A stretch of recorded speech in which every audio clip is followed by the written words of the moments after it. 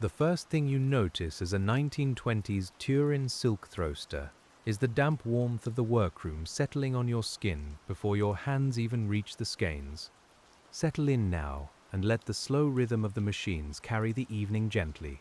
We're only here to follow the thread, quietly, as it leaves the soft hank and becomes something stronger under your care. The room is already awake in its own low way, with belts turning overhead, wooden frames trembling, and the faint smell of oil, soap, wet stone, and boiled silk resting in the air. In 1920s, Turin, the silk throster's work is not grand from the street, where trams pass and factory whistles speak for larger trades, but inside this room the labor is close and exact. Your fingers know that silk is never merely smooth.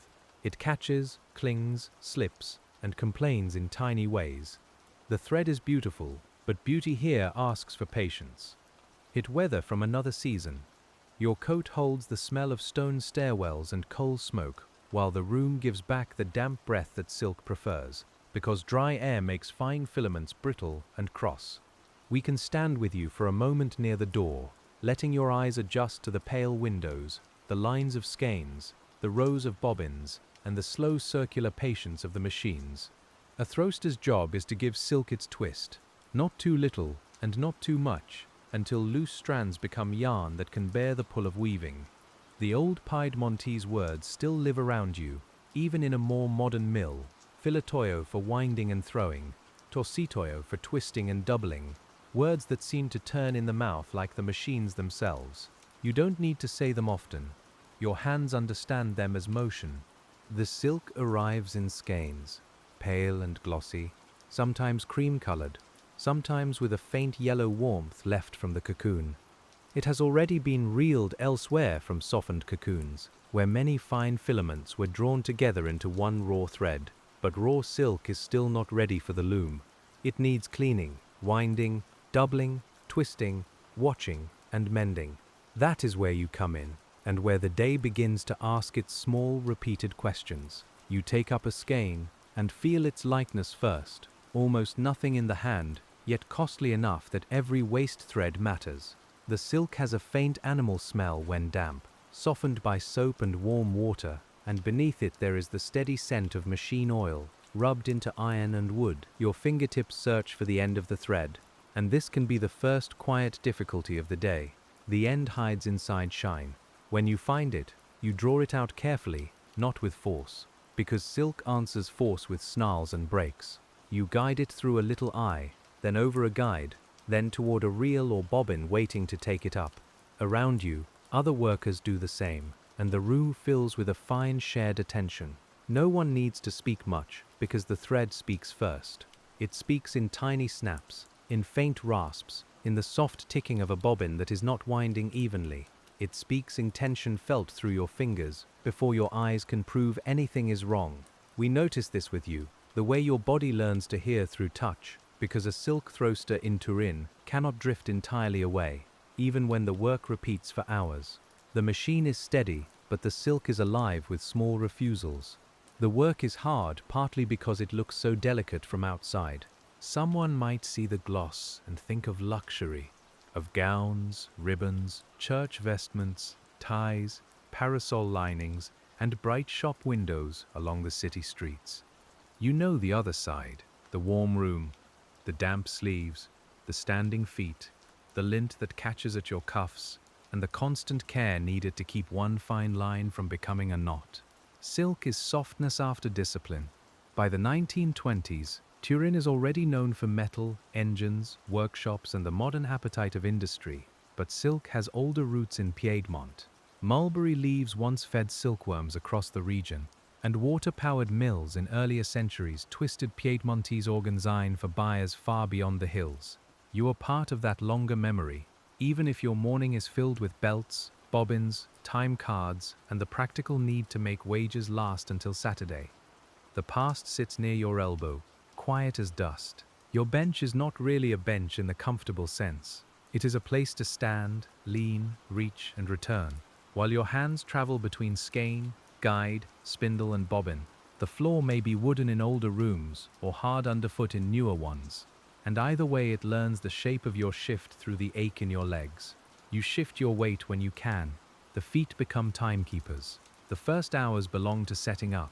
Each skein must be opened, spread, and placed so it can unwind without dragging against itself. If the skein has crossed threads, gummy places, or uneven reeling, you find out slowly and personally, one interruption at a time. You coax the silk through the path it must follow, and every path is narrow. A careless movement travels forward into waste. There is a quiet skill in keeping the thread under just enough tension. Too slack, and it loops or snarls as the bobbin takes it. Too tight, and it breaks with a sound so small that only you and the worker beside you may notice. When it breaks, the machine does not feel sorry. You stop, find the ends, moisten them lightly, twist them together with your fingers, and begin again. That join is its own little craft, because a knot too thick can trouble the next process. You roll the ends between finger and thumb, feeling for smoothness, then let the line return to motion. Your fingertips may grow tender, especially in winter when skin cracks, or in damp heat when everything feels softened and tired. We can imagine the repeated touch, silk against skin, skin against silk, until the body forgets where one sensation ends. The air matters more than a visitor would guess. Silk behaves differently when the room is dry, and so the windows, stoves, basins, pipes, or damp cloths become part of the work's quiet arrangement. In a Turin winter, cold presses at the panes and makes the workroom glass sweat, while inside the air can feel close and heavy. In summer, the warmth needs no invitation, and your collar grows damp before mid-morning. Hard work is sometimes only this, not a single great strain, but 100 small conditions that never quite leave you alone. The thread is fine, the light is imperfect, the room is noisy in a muffled mechanical way, and your attention has to remain soft but present. You cannot clench yourself around the task. You have to relax into care. The machines turn with a rhythm that becomes almost domestic after a while. A steady whir, a faint slap of belt, a ticking reel, a spindle's little hum. Overhead shafts may carry motion from one end of the room to the other, and leather belts move with a dark polished look where many days have rubbed them smooth. You learn which sound belongs to healthy running. You also learn the wrong sound. A bobbin filling badly has a different voice. It may wobble lightly, thicken at one edge, or take the silk in ridges instead of a neat build. You watch the surface grow, layer by layer, not staring hard all the time, but returning your gaze again and again. A good bobbin is almost soothing to see. It has order in it, a pale cylinder of patience. The work is also hard because the silk itself carries earlier lives of labor. Before it reached your hand, someone tended silkworms on mulberry leaves. Someone watched trays in warm rooms. Someone sorted cocoons. Someone reeled filaments in hot water. And someone bundled the raw silk for transport. By the time it enters the Turin throwing room, all that effort is folded inside a skein light enough to lift with 2 fingers. You feel that in the care you take. There is no heroic gesture in preserving value. There is only a hand stopping at the right moment, a thumb smoothing a catch, an eye noticing a crossed strand before the whole skein tightens into trouble. We stay close to that humble kind of knowledge tonight, because it suits a room like this. It is knowledge without display. As morning settles fully over Turin and the tram bells become clearer beyond the walls, the first setting up gives way to the long-watched running of the silk. Now your place as a 1920s Turin Silk Throwster becomes narrower and deeper, because the room no longer asks you to begin, only to continue. The machines have warmed, and the air has thickened with the mixture of damp silk, oil, dust, and human breath. Light enters through high windows in pale panels, catching threads so fine they seem to appear and vanish at once. You begin to live inside the intervals. There is the interval between a bobbin filling and needing change. There is the interval between one break and the next. There is the interval between noticing a flaw and deciding whether it will pass or must be corrected.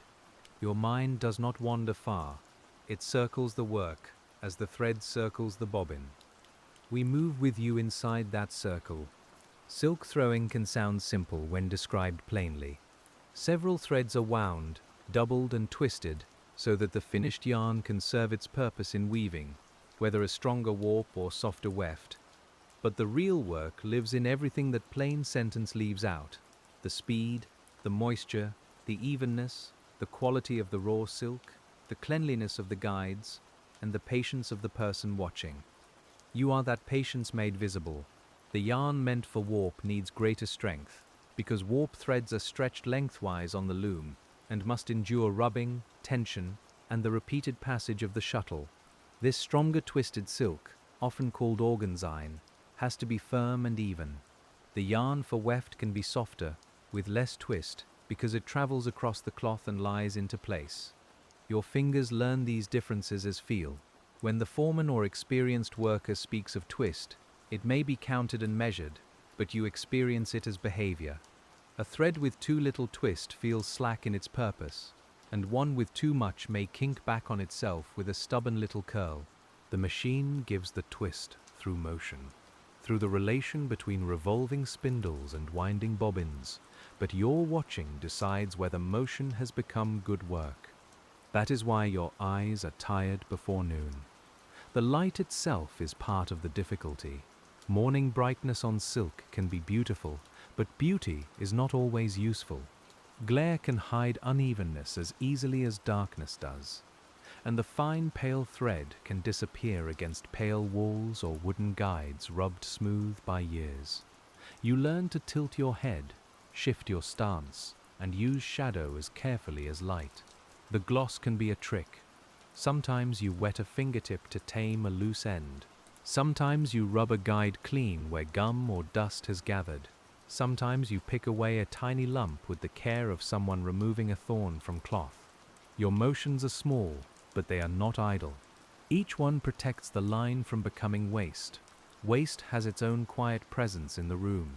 Little bits of broken thread gather, soft as pale hair, around feet, aprons, and machine parts, though no one wants too much of it. Silk is valuable, and even waste silk can be collected for other uses, but a throster's pride is in preventing loss before it falls.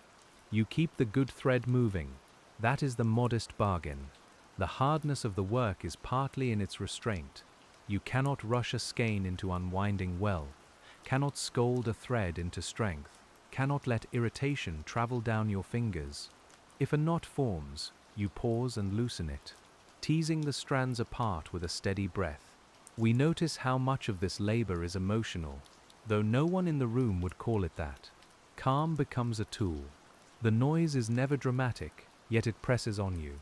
It is not a single, loud crash, but a constant knitted sound. Belts and spindles and wood, bobbins and small metal parts, footsteps and low voices, all joined into one moving surface.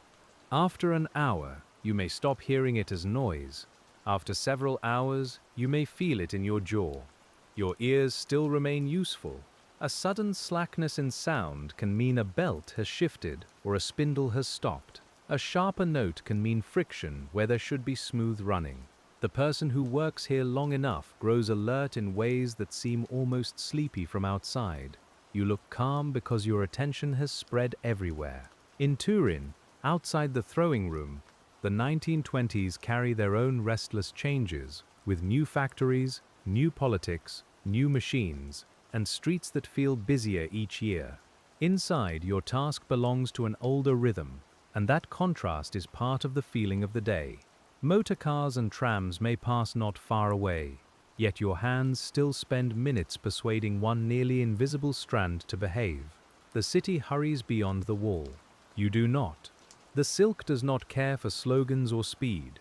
It cares for humidity, cleanliness, steady motion, and a worker who notices.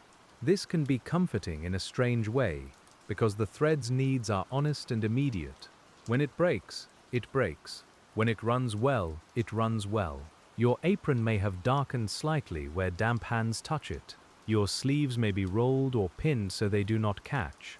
Fine lint rests near the seams, and the smell of warm oil has settled into the cloth so completely that you may carry it home without noticing. We can feel the small boundary between the workroom and the body growing thinner. The shift enters you slowly. There may be women around you who began young, learning first to fetch, wind, tie, clean, and watch, then gradually taking on more exact work. There may be older hands who can mend a break almost without looking, because the thread tells them through pressure where it has failed. You learn by standing near them, by copying their pace, by being corrected in a few quiet words. Most trades have a school hidden inside daily repetition. The foreman's round is another rhythm. Footsteps come along the aisle, pausing at stations, checking bobbins, speed, waste, and order. You may feel yourself grow a little straighter when those steps draw near, but the best proof of your work is already turning in front of you. A clean bobbin speaks softly for itself. There is no need for flourish. Pay may be counted by time, output, skill, or arrangement, depending on the shop and the work, but you understand the household meaning of each coin. Rent, bread, beans, oil, coal, tram fares, shoe repairs, and small family needs all wait at the edge of the working day. The silk may become luxury later, but in your hand it is also ordinary money, earned through standing, watching, and returning again. This is one reason the work is hard. It is delicate labor tied to plain survival. At mid-morning someone may unwrap a small piece of bread, or keep a bit of cheese for later, but eating around silk must be careful. Grease on fingers is not welcome here. Crumbs are not welcome either.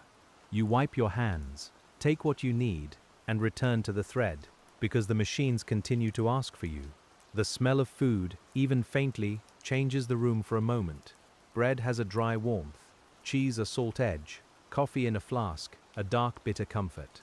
These little human smells rise under the larger scent of silk and machinery, reminding you that every worker carries a home inside the workday.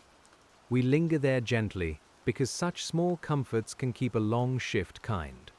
Then the thread breaks again, and the room becomes narrow once more. You find the loose end on the bobbin, find the loose end from the skein or guide, and bring them together. If the broken end has flown back, you may spend precious moments searching among the pale lines. Your eyes water a little from staring. Still, your hands stay calm. The silk has a strange strength. A single filament from a cocoon is finer than hair, but many joined and twisted together can become firm enough for cloth that lasts. This is the quiet lesson under your fingers all morning. Strength comes from joining, from direction, from repeated turning. Even the thread seems to know that nothing holds by beauty alone. We can rest with that thought without making it too large. The room does not ask for philosophy. It asks for another bobbin changed cleanly, another skein watched through its troublesome places, another little break mended before the floor travels onward. As the morning wears thin and the warmth deepens around the machines, your work in the Turin silk throwing room shifts from fresh attention into the heavier patience before midday. The midday part of a 1920s Turin silk throster's day begins without ceremony, because nothing in the room truly stops at once. The light has moved higher on the walls, and the pale gleam of the silk now seems flatter, less silver than it was at dawn. Your shoulders have learned the height of the frame. Your hands move with a careful economy, saving strength for the long hours still ahead. This is when the hardness becomes quieter, and perhaps more honest. At the beginning of the day, each task has the freshness of a thing just started, but by midday the same small motions have settled into your wrists and back. You lift, guide, check, mend, and listen. We stay beside you as the work loses its edges and becomes almost weather, a damp turning weather inside the walls. The silk does not grow easier because you've been patient with it. If anything, your tiredness makes its little faults more noticeable, because a crossed thread feels more insulting after hours of care. A skein that should run cleanly may begin to drag near its inner layers, where the silk has pressed against itself in storage. You slow it with your fingers, not enough to break it, only enough to keep the winding even. The touch must remain light. There are small marks on your fingers now, places where silk has pulled across skin until the sensation becomes familiar. It is not the rough injury of rope or sackcloth.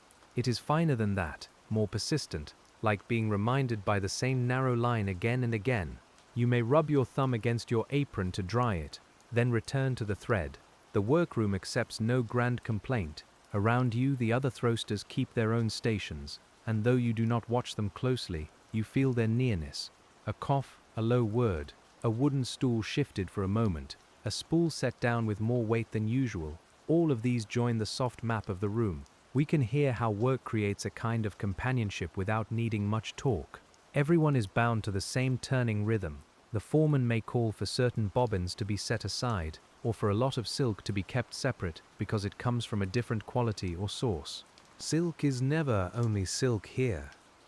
It has grades, weights, colors, lengths, strengths, and moods, and the room must remember these distinctions with tags, baskets, shelves, and careful habits. You learn not to mix what should stay apart. Confusion can travel quietly through a whole order. A clean label matters because the next worker depends on it. A bobbin meant for one kind of twist should not wander into another, and a batch with a slightly different shade may show later in woven cloth. You may not see that finished cloth, but your work is inside it all the same. This hiddenness is part of the job's strange tenderness. You make something that leaves you before it becomes itself. There is a hard kind of patience in not seeing the end. You know the silk may become fabric for a dress shop window, a lining, a tie, a ribbon, or a church cloth, but you will not follow it there.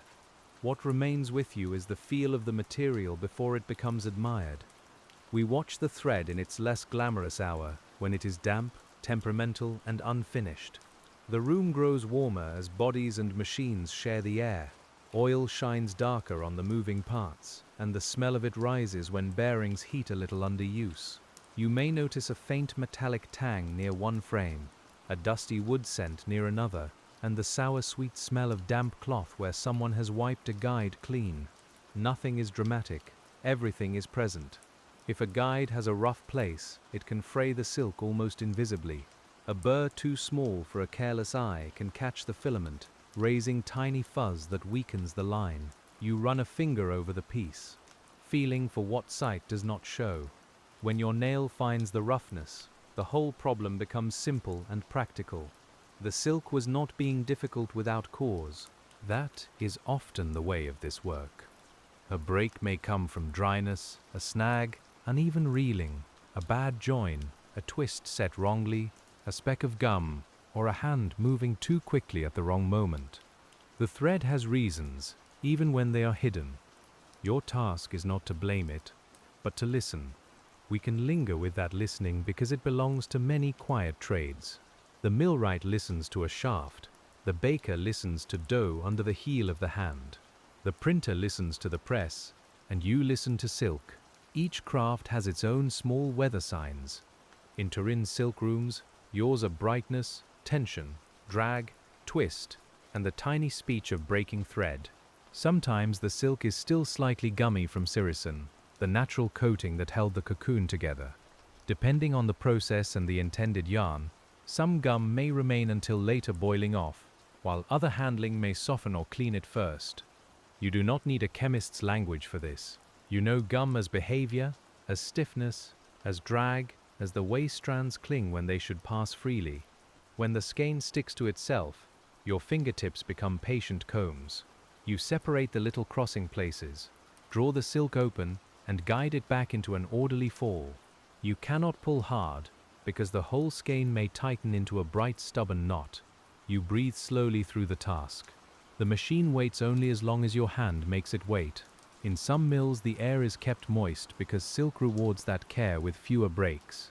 The dampness softens your hair at the temples and makes paper labels curl at the edges. It gives the windows a blurred look so that the Turin streak beyond seems farther away than it is.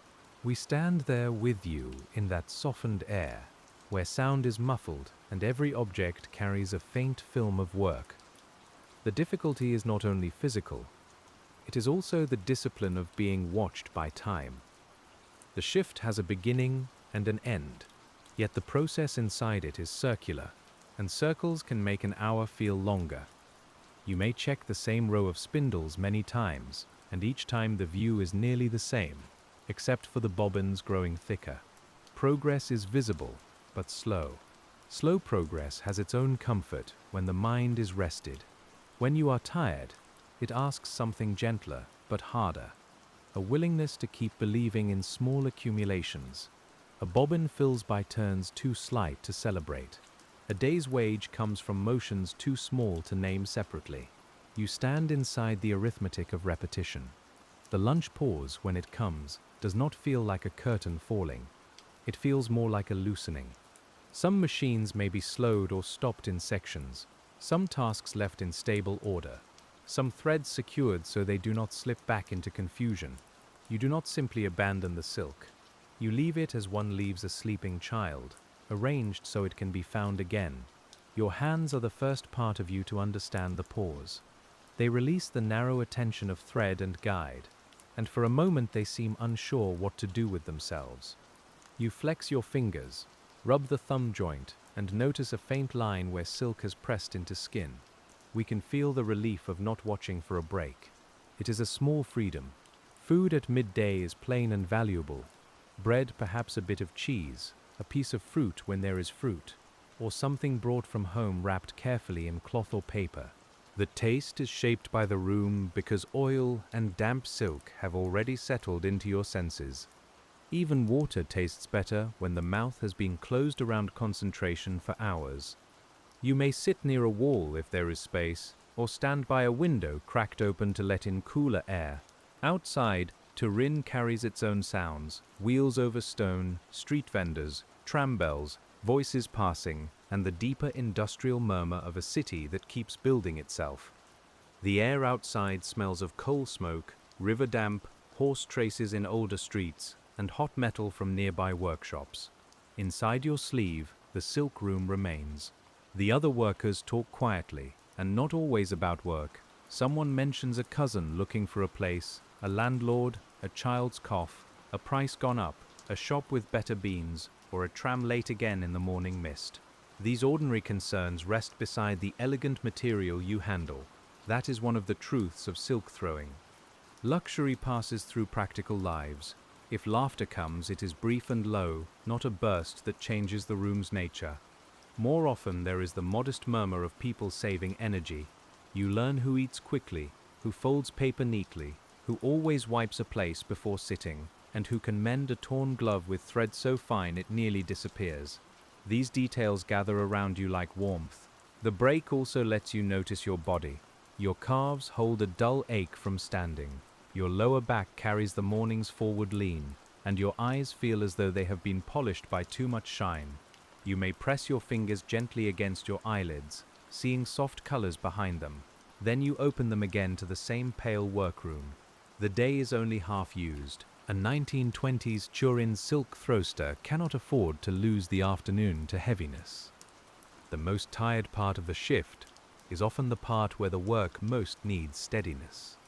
After eating, hands can feel slow, and the warm room can turn drowsy around the edges. Yet the thread remains exact.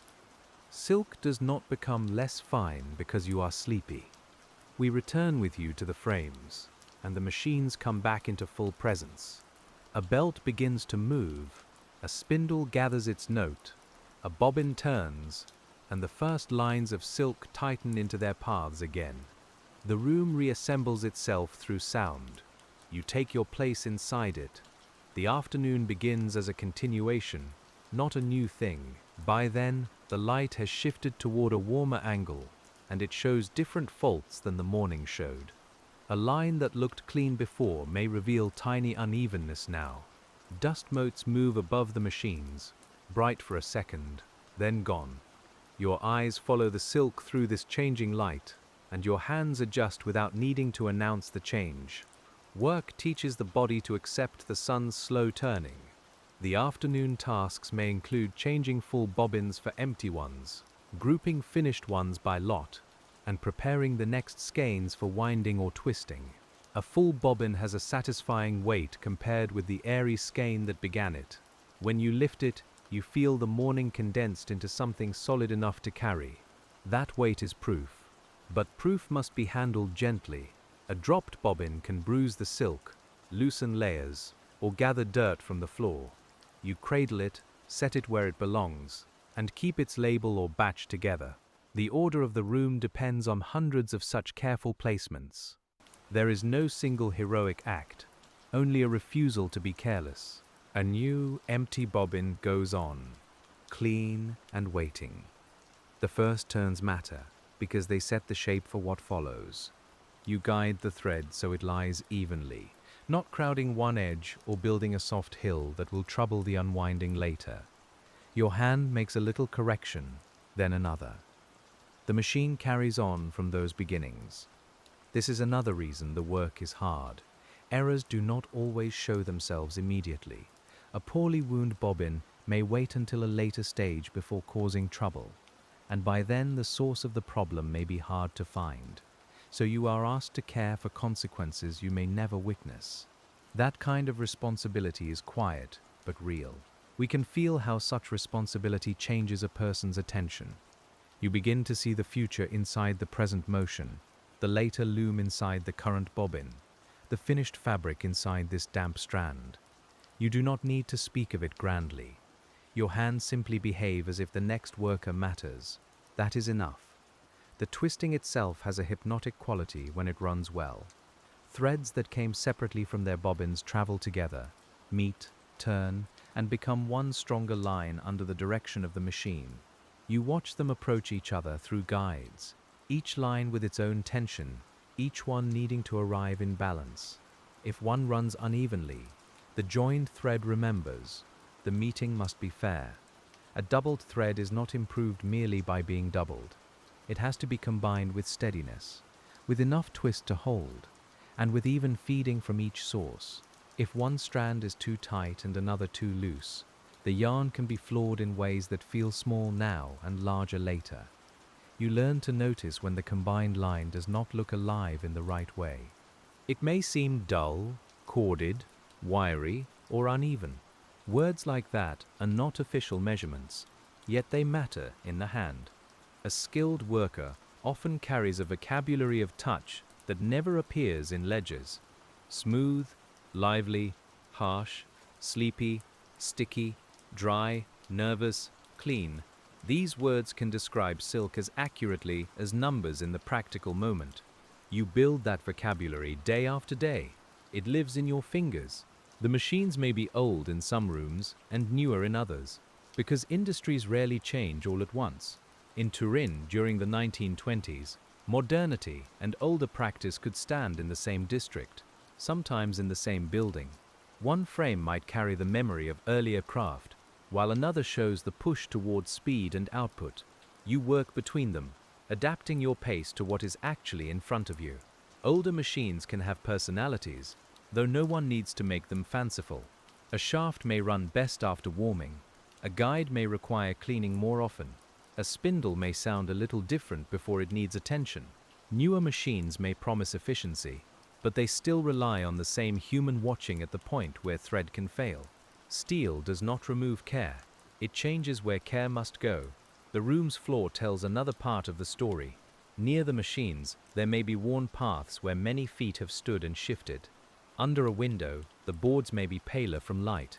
Near an oiling point, the surface may hold a darker stain no scrubbing fully removes. Your shoes recognize these places before your eyes do. The building becomes known through the soles. Afternoon heat gathers low and high at once. Your face may feel warm from the room, while a draft at ankle level carries cooler air from a door or stairwell.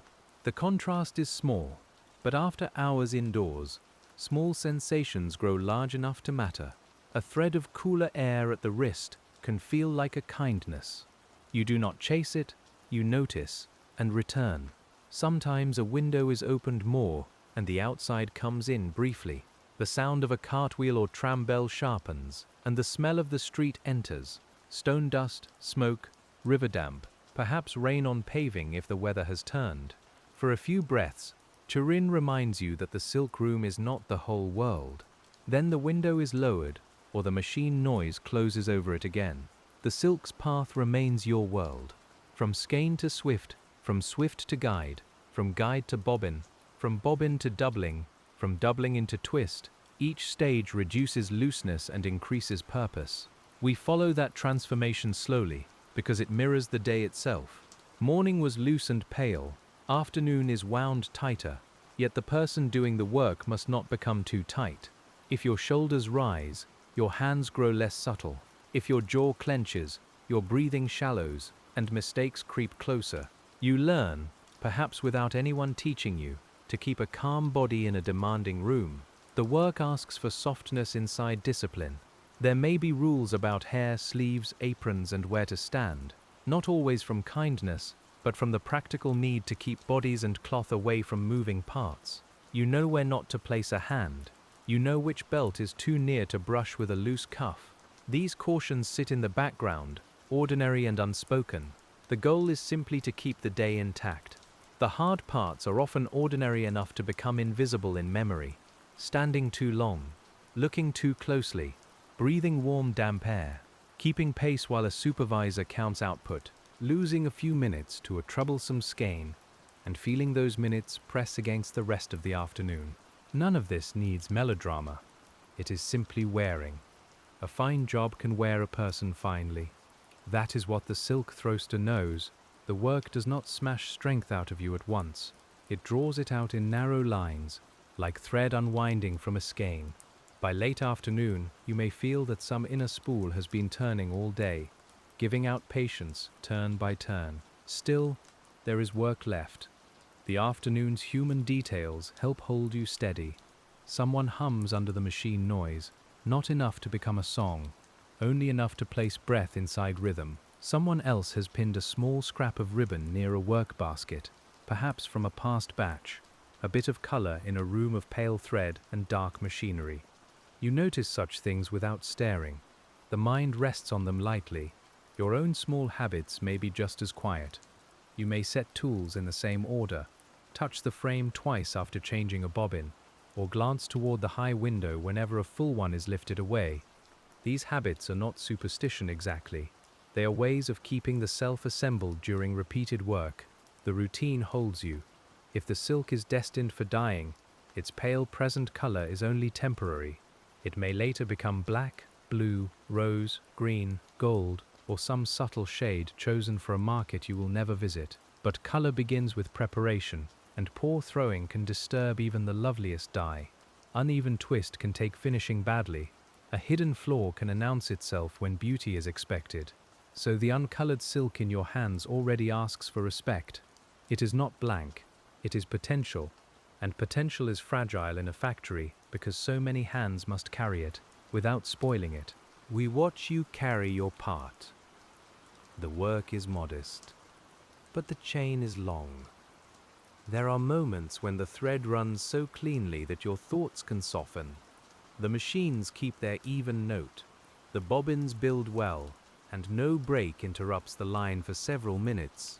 In those stretches, the room becomes almost restful, despite the standing and the noise. You might think of home, of dinner, of a street you will walk later, or of nothing in particular. The mind floats, tethered by duty. Then a snag calls you back.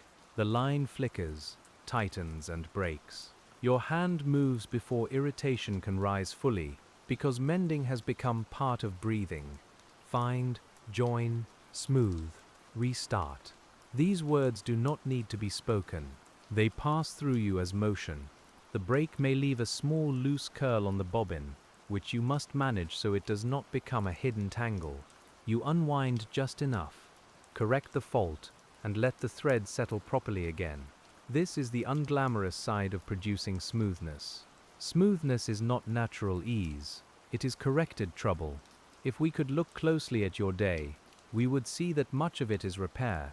Not dramatic repair, not replacing great broken pieces, but restoring order in tiny places before disorder spreads. A thread end joined, a skein opened, a guide wiped, a bobbin corrected, a label checked, a speed watched. The work is a long conversation with small errors. That conversation asks for humility. Silk is valuable, but it is also stubborn, and no worker controls every variable. A batch may be poor before it reaches you. A room may be too dry despite everyone's effort. A machine may be worn, a guide imperfect, a schedule too tight. You do what you can inside conditions you did not choose. Many working lives share that shape. The city outside shares it too. Turin in the 1920s is a place of effort, with factories, workshops, courtyards, apartments, markets, and river bridges all holding their own routines. People rise, travel, carry lunch, mind accounts, watch weather, and return home with the day inside their clothes. Your silk room is one chamber in that larger body. Its pulse is fine, but real. Late afternoon brings a change in attention. The end of the shift is not near enough to relax, but it is near enough to be imagined. That can make the work harder, because the mind leans forward while the hands must remain here. You may catch yourself thinking of the street, then return to the bobbin with a small inward correction. Not yet. The machines do not care that a tired worker can smell evening before seeing it. They continue with the same appetite for thread. Your task is to let the coming end remain gentle, not let it hurry you. A rushed final hour can spoil the care of the earlier ones. You know this in your bones. The light from the high windows grows less white and more slanted.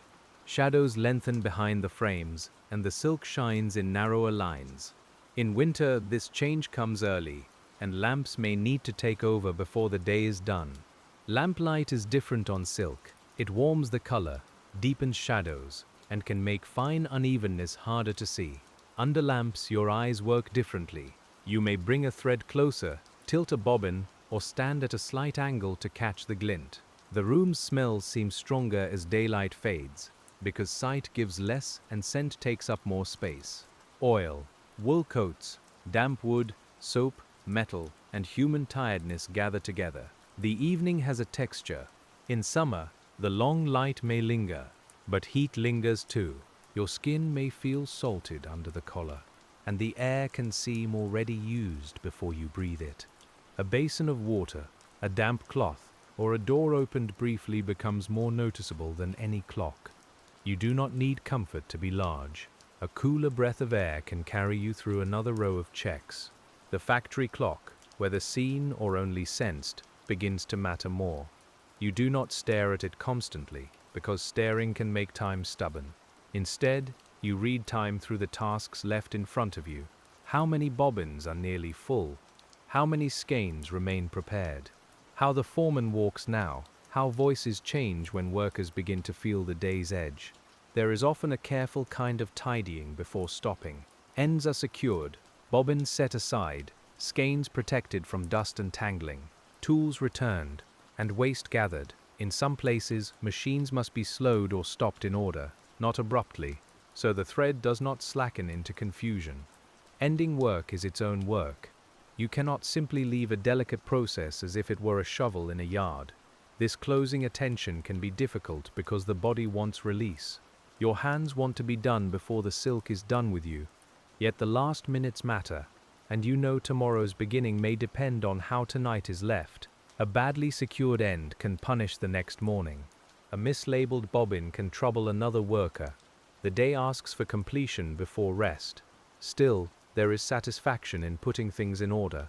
A row of finished bobbins has a quiet dignity, each one holding hours of controlled motion. The pale silk lies smooth around them, catching the last light in curved bands. You may not say anything, but your eye takes in the result. The morning's loose skeins have become something firmer. We can pause with you near that row, because this is where the work's difficulty and beauty touch. It was hard because it required steadiness more than strength, because it punished haste, because it asked tired fingers to remain gentle, and because the value of the final cloth was far away from the wage in your pocket. Yet it also gave a visible measure of care. The bobbins are there. Not every day ends with that feeling. Some days leave too much waste, too many breaks, too many corrections, or a sense that the room fought every hour. On those days, you may carry frustration home like grit in a seam. But even then, the work has its shape. You came, stood, watched, mended, and left the silk more ordered than you found it. The Turin streets receive you differently depending on the season. In winter, the air outside may bite gently after the damp warmth of the mill, and your lungs feel the change at once. In autumn, There may be fog near the river, softening lamps and making footsteps sound closer than they are. In spring, the evening may smell of wet stone, young leaves, and coal smoke thinning upward. Your body notices before your mind names it. But before leaving, you may wash your hands. Warm water if there is any, cooler water if there is not. Soap that smells plain and perhaps a little sharp. Silk, oil, dust, and the day's touch rinse away only partly. Your fingers still remember the thread. The memory remains in the skin. Hands after silk throwing can feel both tired and refined. They have spent the day doing work too small for heavy gloves and too constant for idleness. The fingertips may be sensitive, the nails dulled by contact with guides and knots, the palms faintly marked by tools or bobbins. You flex them slowly. They are yours again, but not entirely free of the room. If you pass other workers on the stair, the conversation may be practical and brief. Someone asks whether the weather has turned, whether the tram is running late, whether a shop will still be open, whether a child needs medicine, whether tomorrow's batch is expected to be difficult. Work follows everyone in small predictions. The next day has already sent a little shadow ahead. A 1920s TURIN Silk Throwster lives between domestic time and factory time. At home, meals, washing, family, rent, and sleep make their own demands. At work, bells, shifts, orders, lots and machines measure the day differently. You carry both clocks inside you. Sometimes they agree, and sometimes they pull. This is another quiet hardship. The silk requires attention that cannot be faked, but life outside the mill does not pause to restore you completely. A poor night's sleep enters the throwing room. A family worry stands beside the frame. A sore throat, a patched shoe, a missing coin, a letter not yet answered. All of these come with you and must stand quietly while your hands serve the thread. And still, the work may contain moments of shelter.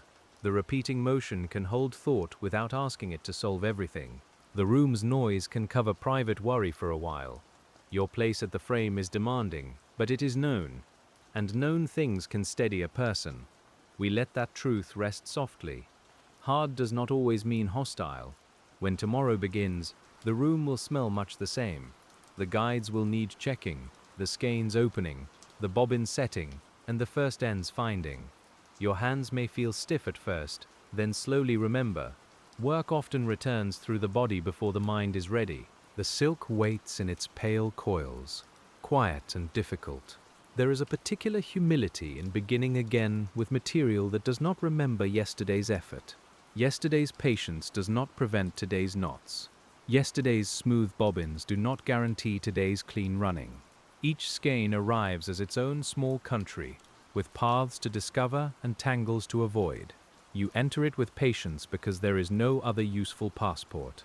In the early minutes of a new morning, you may notice details you missed the day before. A scratch on the frame, a loose thread caught on a nail, a fresh oil mark near the base of a machine, the way light from a certain window lands directly on one row of bobbins before reaching the rest.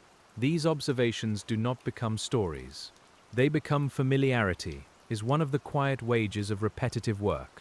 You know which step creaks, which hook catches cloth, which window admits a draft, which worker clears their throat before speaking, and which machine changes tone before it misbehaves. The room becomes legible. Even if the pay is modest, this knowledge belongs to you.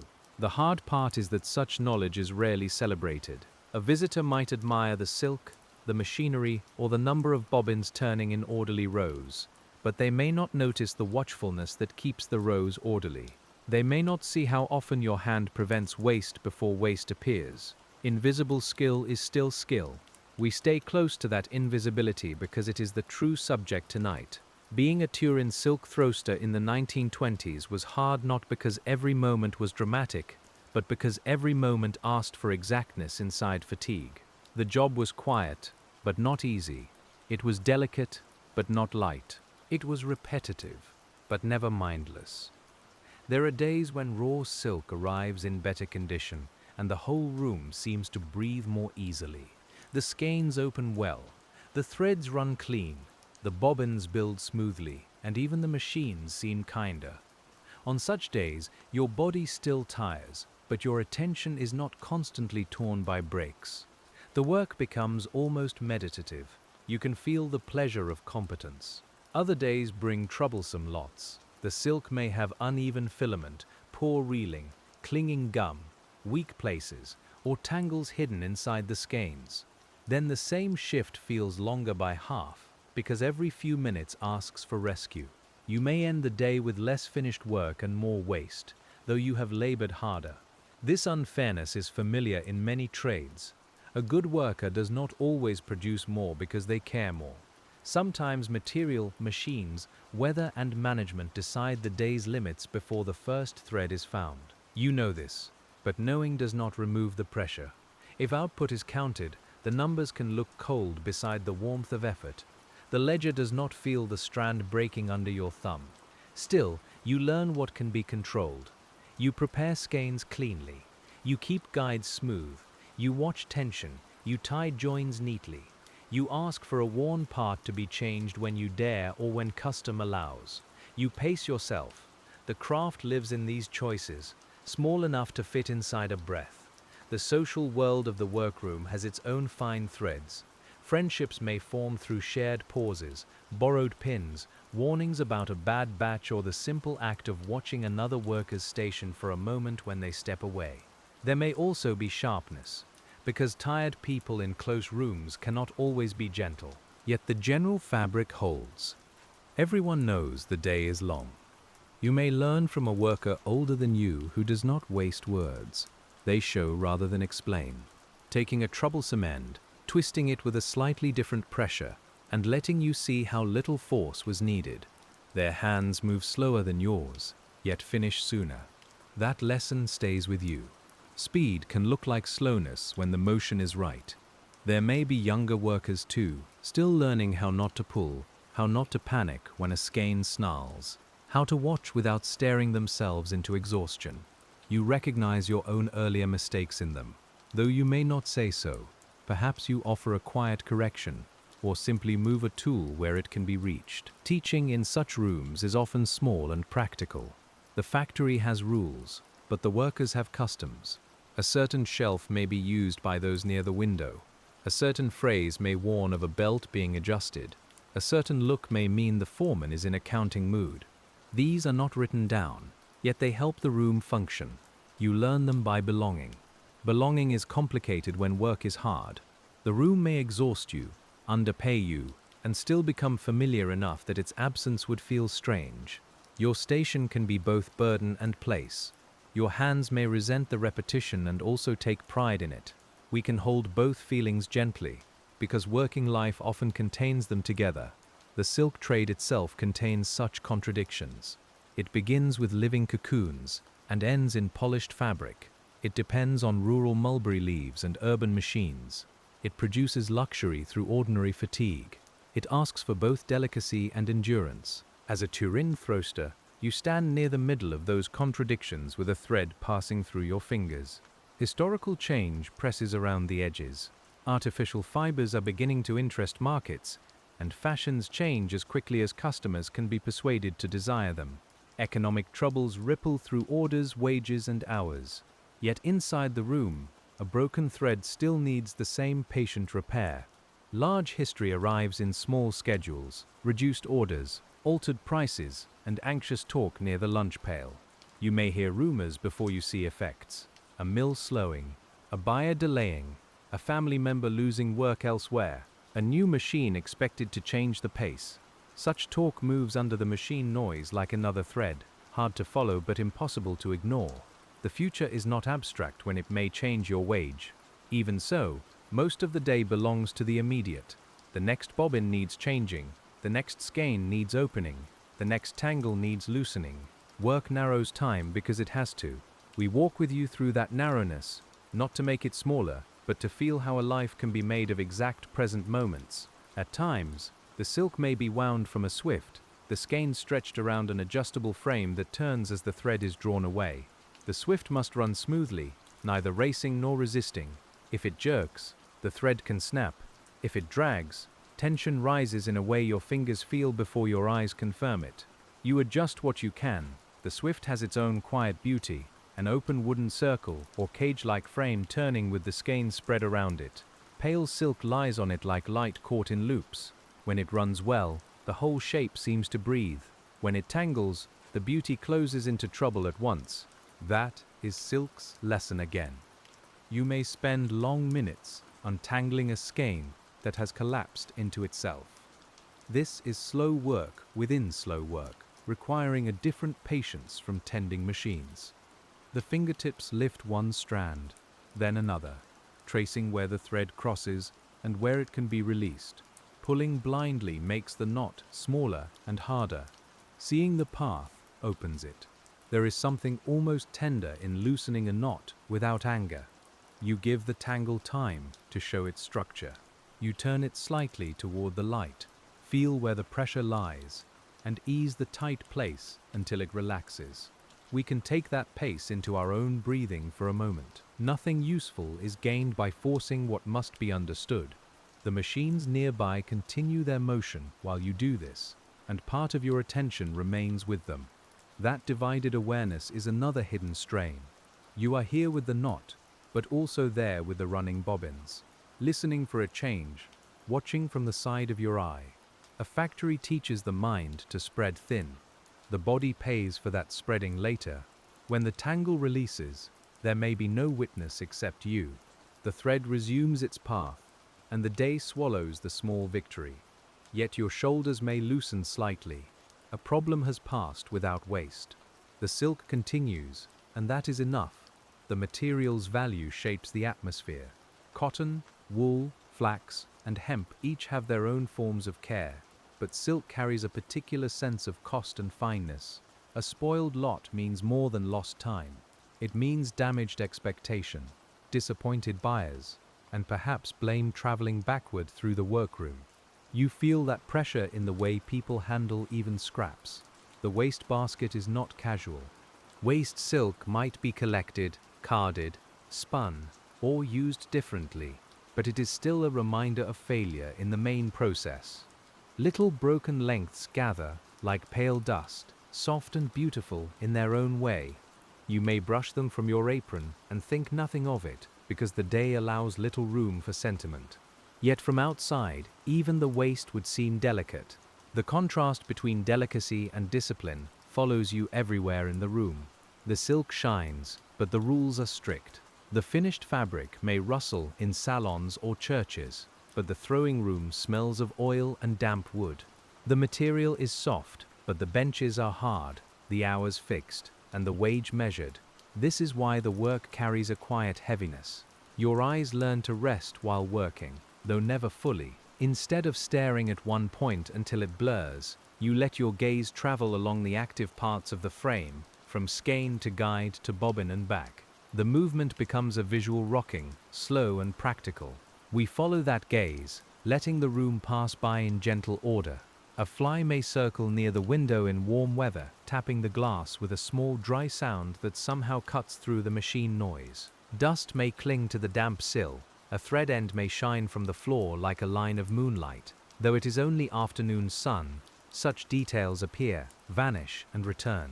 They are the small scenery of your shift. If rain begins, the room changes again. The street sound softens, the air cools slightly, and dampness grows more even. Workers near windows may glance out, not because rain is surprising, but because any change of weather gives the mind a new surface. The smell of wet stone enters if a window is open. The silk may even behave a little more kindly. Rain on Turin rooftops in the 1920s would carry soot down in darkened streaks, washing tiles, gutters, and factory walls. Inside, you hear only a softened patter where water reaches glass or courtyard paving. Your hands remain in the work. Still, the sound can make the whole afternoon feel lower and closer, as if the city has pulled a blanket around itself. On such a day, walking home will mean damp hems, careful steps, and the smell of wool coats steaming in stairwells. But that belongs later.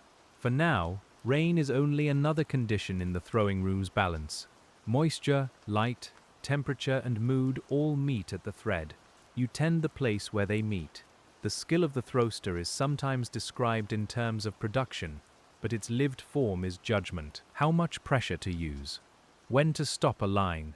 Whether a slight unevenness will correct itself or worsen? Whether a skein needs patient opening before it can safely run? Judgment is attention ripened by repetition. You cannot learn it from one explanation.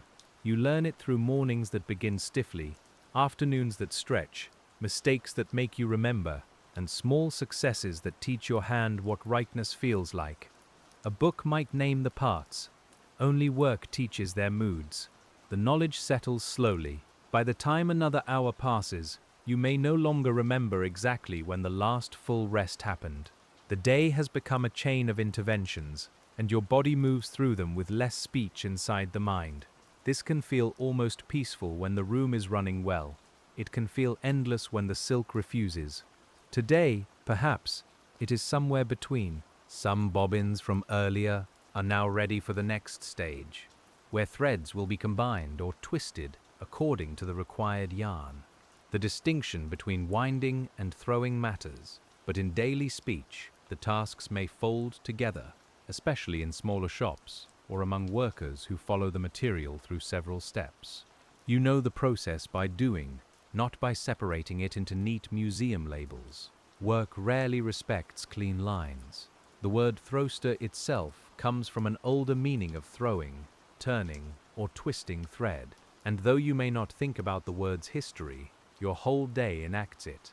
The thread is thrown into order through rotation. It is given strength by being turned. The old word remains accurate in the body. Your hands know what language remembers. We can watch the twist enter the silk as a nearly invisible change. The line before twisting seems more open, more vulnerable, and the line after has a firmer character. Not stiff exactly, and less overdone, but composed. This transformation is quiet enough that a sleepy listener could miss it. You do not miss it because your wage depends on such small differences. The twisting machines may be arranged in long rows, each spindle doing its share of repeated turning. The motion has a mesmerizing quality, but your role prevents true trance. You must remain near the edge of sleep without entering it, calm but responsive, softened but exact. That balance would be hard even without noise and fatigue. With them, it becomes the day's central art. There is a kindness in the way repeated work can lower the mind's volume. The task does not ask you to invent yourself each hour. It asks you to return, place the bobbin, find the end, guide the thread, watch the twist, correct the fault. The sequence becomes a rail your attention can rest upon. But there is also strain in never fully leaving that rail.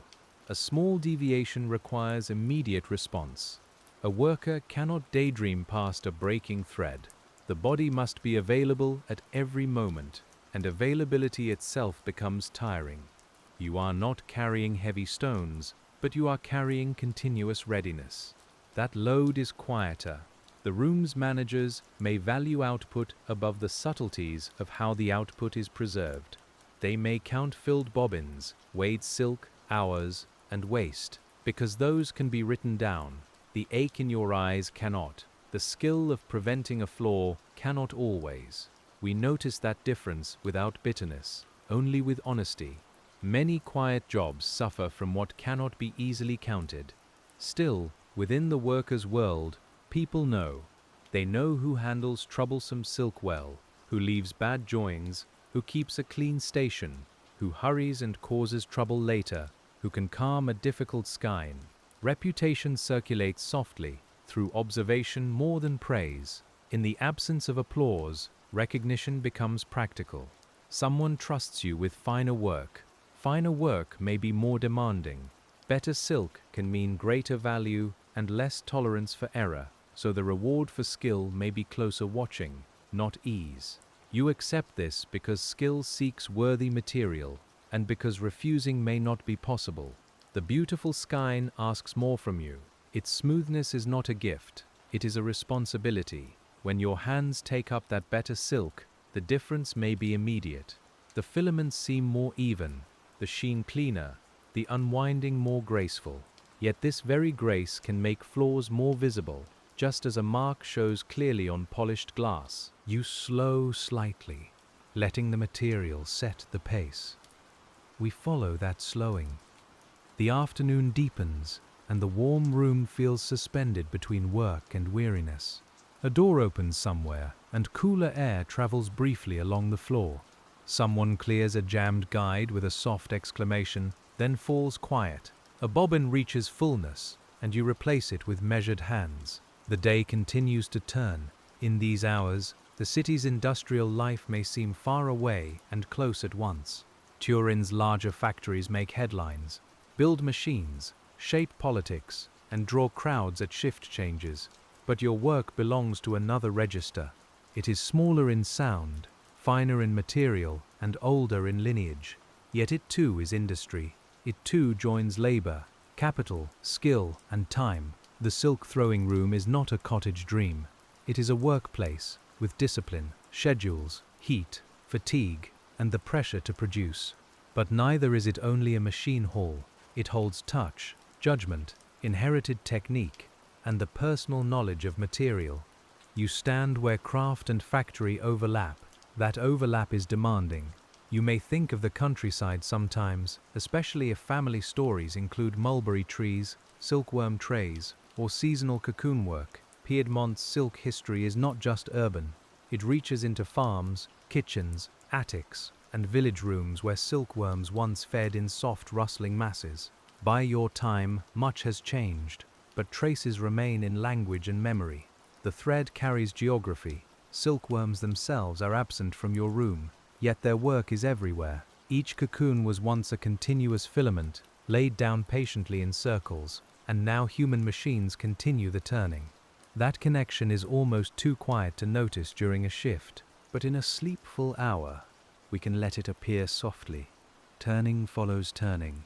The raw silk's journey from cocoon to skein to thrown yarn has a calm logic when described slowly. Heat softens, reeling joins, winding orders, doubling combines, twisting strengthens. We do not make these into a list at the bench, we feel them as stages of becoming. You are responsible for one set of transformations among many. Every transformation has a risk. Heat can damage, reeling can be uneven, winding can snarl, doubling can imbalance, twisting can overdo or underdo the yarn. The final cloth will seem effortless only if many people prevent many small failures. That is the secret of smooth things. They are often made from corrected difficulty. Your own day may include small errands within the workroom. Carrying a tray of bobbins to a shelf, fetching empty spools, taking a note to another station, asking for a skein to be checked. These little movements relieve the feet from one posture while adding another kind of fatigue. You move through narrow aisles, careful not to brush active threads. The aisle smells slightly different from the station because it holds more foot dust, more passing cloth, and sometimes a draft from the doorway. You notice the change as you carry the bobbins. Their weight is not heavy, but you hold them carefully because dropping them would waste more than strength. The tray has a shallow wooden creak. At the shelf, labels and order matter again. Finished work must remain traceable because silk that looks similar may not behave the same in later processes. You place the bobbins where they belong, perhaps beside others from the same batch, and make sure none are leaning in a way that will disturb the wind. Simple acts become careful acts. Care becomes habit. Returning to your station, you may pass a worker with a stubborn knot, and your eyes recognize the shape of the problem in a glance. You do not interfere unless asked, because everyone has their own method and pride.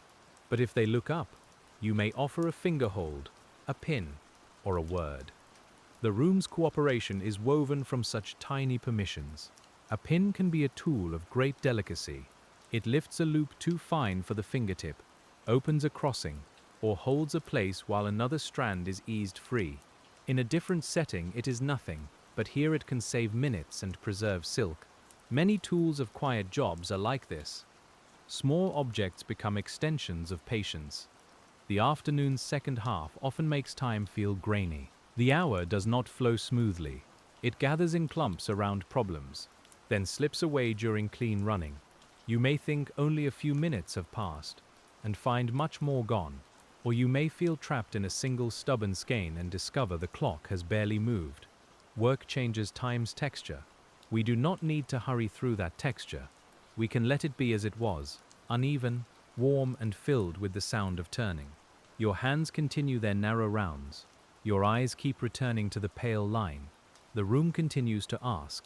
You continue to answer. When the final part of the shift approaches, the foreman or lead worker may begin directing how the day's lots should be finished or left. Some lines can run to a natural stopping point. Others must be secured mid-process. A nearly empty skein may be worth finishing if time allows, while a fresh, troublesome one may wait for morning. These decisions shape tomorrow's first hour. You learn to think ahead in small ways. Leave enough slack to find an end, but not so much that it tangles. Cover or place silk where dust will not settle. Keep full and partial bobbins distinct. Note which machine needs cleaning before it runs again. This is not paperwork in the grand sense. It is memory made visible. The hardness of the work would be worse without such habits. A disordered morning steals strength before the day has begun. A well-left station, by contrast, greets you with a kind of mercy. You may not thank yesterday's self in words, but your body feels the difference. The order you make becomes a small gift forward. As evening leans closer, the Turin Silk Throwing Room takes on the softened gravity of work nearing rest, though the machines still turn and your hands still follow the thread. The softened gravity of that hour lies partly in the way everyone knows the day is ending, yet nobody can let their hands believe it too soon. A thread near the end of a skein can misbehave more than one at the beginning, because the remaining loops may have shifted and crossed during hours of unwinding. You lean closer, listening through your fingertips. The finish must be earned as carefully as the start. The light now makes the silk seem warmer, almost honeyed, though the thread itself has not changed. It is your eyes that have changed, and the room around them, and the weariness that turns ordinary brightness into something softer. We stay with you at the frame while the last bobbins build. Their pale surfaces catch the evening in slow curved bands. At this hour, small mistakes can feel larger because the body has less patience to spare. A snag that would have been merely troublesome in the morning may now seem to have waited all day for its chance. You breathe through it, find the crossing, and separate the strands with the same care as before. The silk does not know the hour. That is both unfair and calming. The machines keep their measure, and you borrow it because your own measure is tired. The belt turns, the spindle turns, the bobbin turns, and your fingers repeat their modest corrections. There is comfort in surrendering to a rhythm older than mood. The work may be hard, but it is plain about what it wants from you. A worker near the far window may begin covering prepared skeins, so they do not gather dust overnight.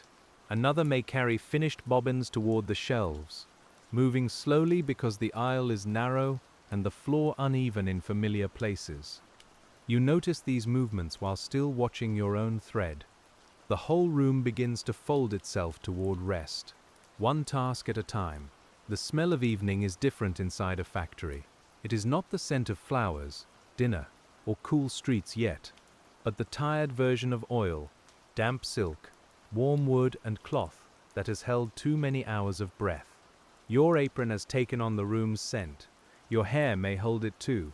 The day clings gently. When a machine is stopped, the silence it leaves is not complete. It opens a small hollow in the larger sound, and you hear other machines more clearly through it. One row quiets, then another continues, and the room seems to lose layers rather than become silent at once. We listen with you as the work thins. It is like hearing water recede. You secure an end before cutting or leaving it, because a loose end can vanish back into the wound silk and cost time later. The gesture is small, but it carries memory of many mornings spoiled by careless endings. You tuck, tie, or fasten according to the practice of the room. The thread rests because you made a place for it to rest. A full bobbin in the hand feels different at night than it did at noon. Earlier, it was proof of progress. Now it is also proof that the day did not pass empty. You set it with the others, keeping the batch together, and the row receives it without ceremony. This is how much working life happens, not as triumph, but as placement. There may be a ledger or count to satisfy. Finished weight, number of bobbins, lot marks, waste, or time may be recorded by someone with ink-stained fingers and a practical eye. The written marks are neat compared with the day they represent. No column can show the stubborn skein, the aching shoulder, the corrected guide, or the minutes saved by a careful join. Still, the marks matter. You may glance at those records only briefly, or not at all. Your own accounting is stored elsewhere, in your hands and feet, in the ache behind your eyes, and in the faint satisfaction of seeing order where loose silk had been. We can call that satisfaction quiet, because it does not need to grow larger than it is. It has already done its work. Before leaving the station, you check the ordinary things. No silk trailing where it can be caught. No tool left where it can fall. No bobbin mixed into the wrong tray. No damp cloth resting against something that should stay clean. These details look small, but they make tomorrow easier. The future is tucked into them.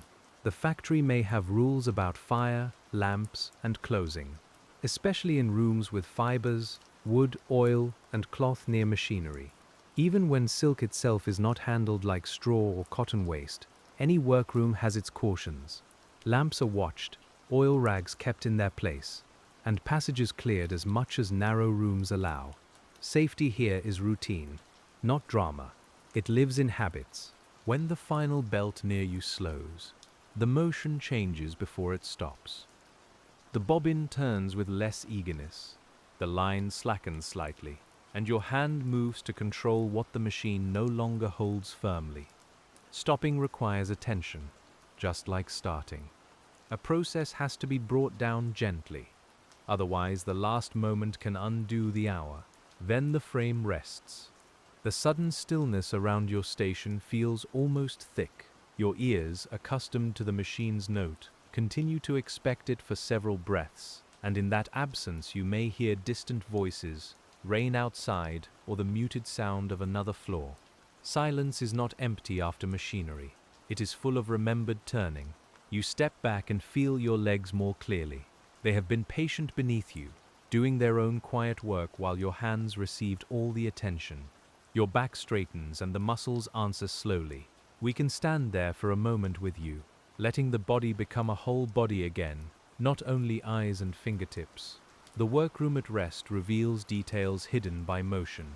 A guide worn shiny by thread, a darkened belt hanging loose, a little drift of waste silk near the base of a frame, labels curled in damp air, bobbins lined like pale candles without flames. You may see them all, and see none of them, because tiredness chooses what matters. Washing up is simple and welcome. Water runs over your fingers, turning the day's dust into a faint grayness that disappears almost at once. Soap catches in small cuts or dry places, reminding you that fine work has its own abrasions. You dry your hands on cloth that is never quite as clean as you'd like. Still, the hands feel lighter. Outside the workroom, the corridor air is cooler. It may smell of stone, boiled cabbage from some distant meal, damp coats, or coal smoke caught in the stairwell. The sound of your shoes changes on the steps. After hours of machine rhythm, footsteps feel irregular and human. You descend carefully, because the body is tired enough to be less exact. A door opens, and Turin receives you. The city's evening is made of lamps, passing trams, shop fronts lowering shutters, voices under arcades, and the river air moving through streets in ways you feel before you understand. The factory warmth falls away from your face. Cool air touches the place where your collar has been damp. The street feels wide.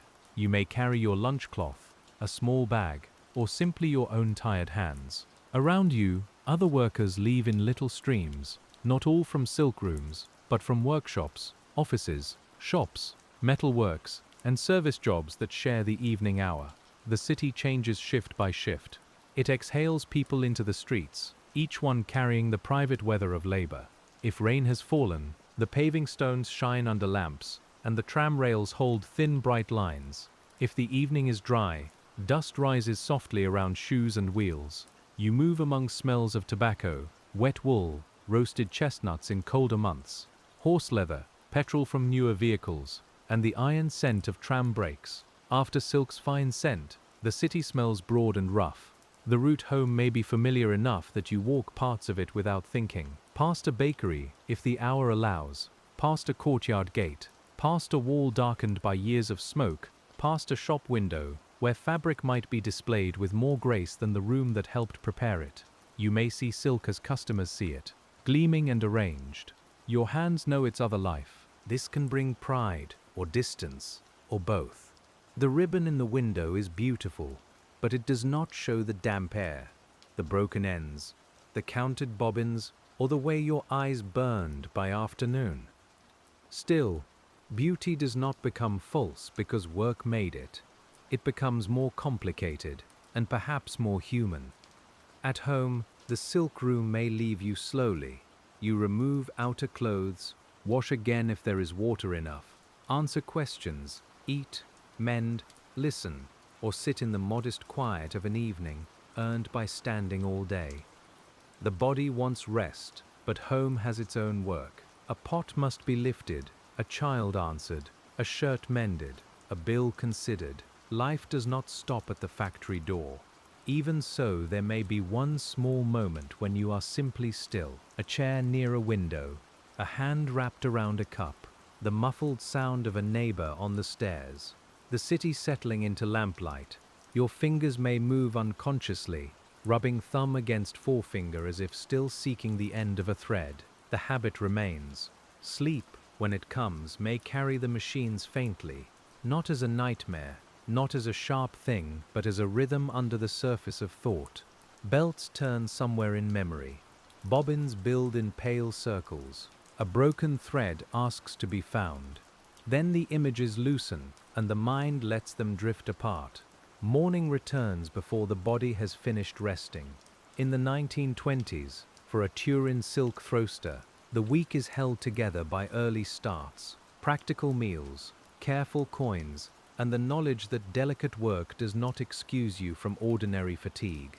You rise because wages require rising. The city is grey again, and your hands are yours again, though they remember. The first touch of water on your face may feel cool enough to wake the eyes. Bread tastes plain, perhaps dipped or eaten quickly.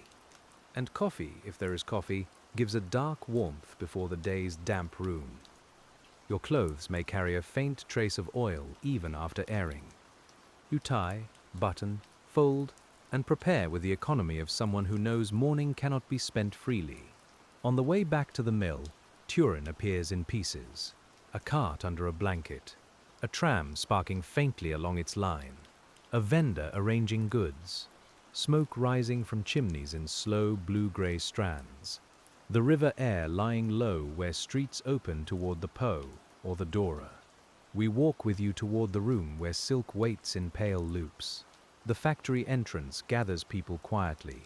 Some faces are sleepy, some already guarded for the day, some softened by conversation, and some closed around private concerns. You may greet one or two workers, or only nod. Words in the morning are often kept small. There is a whole shift ahead, and speech is a kind of energy. Inside, the workroom seems at first both familiar and strange. The machines are still, the frames waiting, the covered skeins resting like bundles of light under cloth. The air is cooler before full running begins, and the smell of yesterday has thinned but not vanished. Your station receives you with its old marks. The place knows where you stand. Starting again means undoing yesterday's rest carefully. Covers are lifted, ends found, bobbins checked, guides wiped, and machines prepared to take motion. The first thread of the morning can feel ceremonial, though nobody calls it that. You draw it out, guide it, and set the path. A day begins when a line accepts direction. This beginning is hard because it asks for freshness before freshness has arrived. Your fingers may be stiff from sleep, your eyes not yet ready for shine, and the room not yet warmed to the silk's preference. A dry morning can make the thread brittle. A cold morning can make every small task feel a little more resistant. You adapt without speech. If the room uses steam, basins, or damp cloths to encourage proper humidity, those early preparations matter. Moisture rises slowly, softening the atmosphere until the silk becomes less quick to snap. You can smell the change, a warm dampness opening around the sharper notes of oil and metal. The windows may blur at the edges. The room becomes itself. The machinery starts in sections, not all at once, and the sound builds like a town waking. One belt, then another.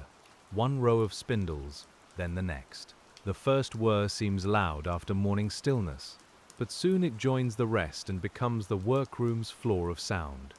You place your attention on top of it, steady as a hand on a rail.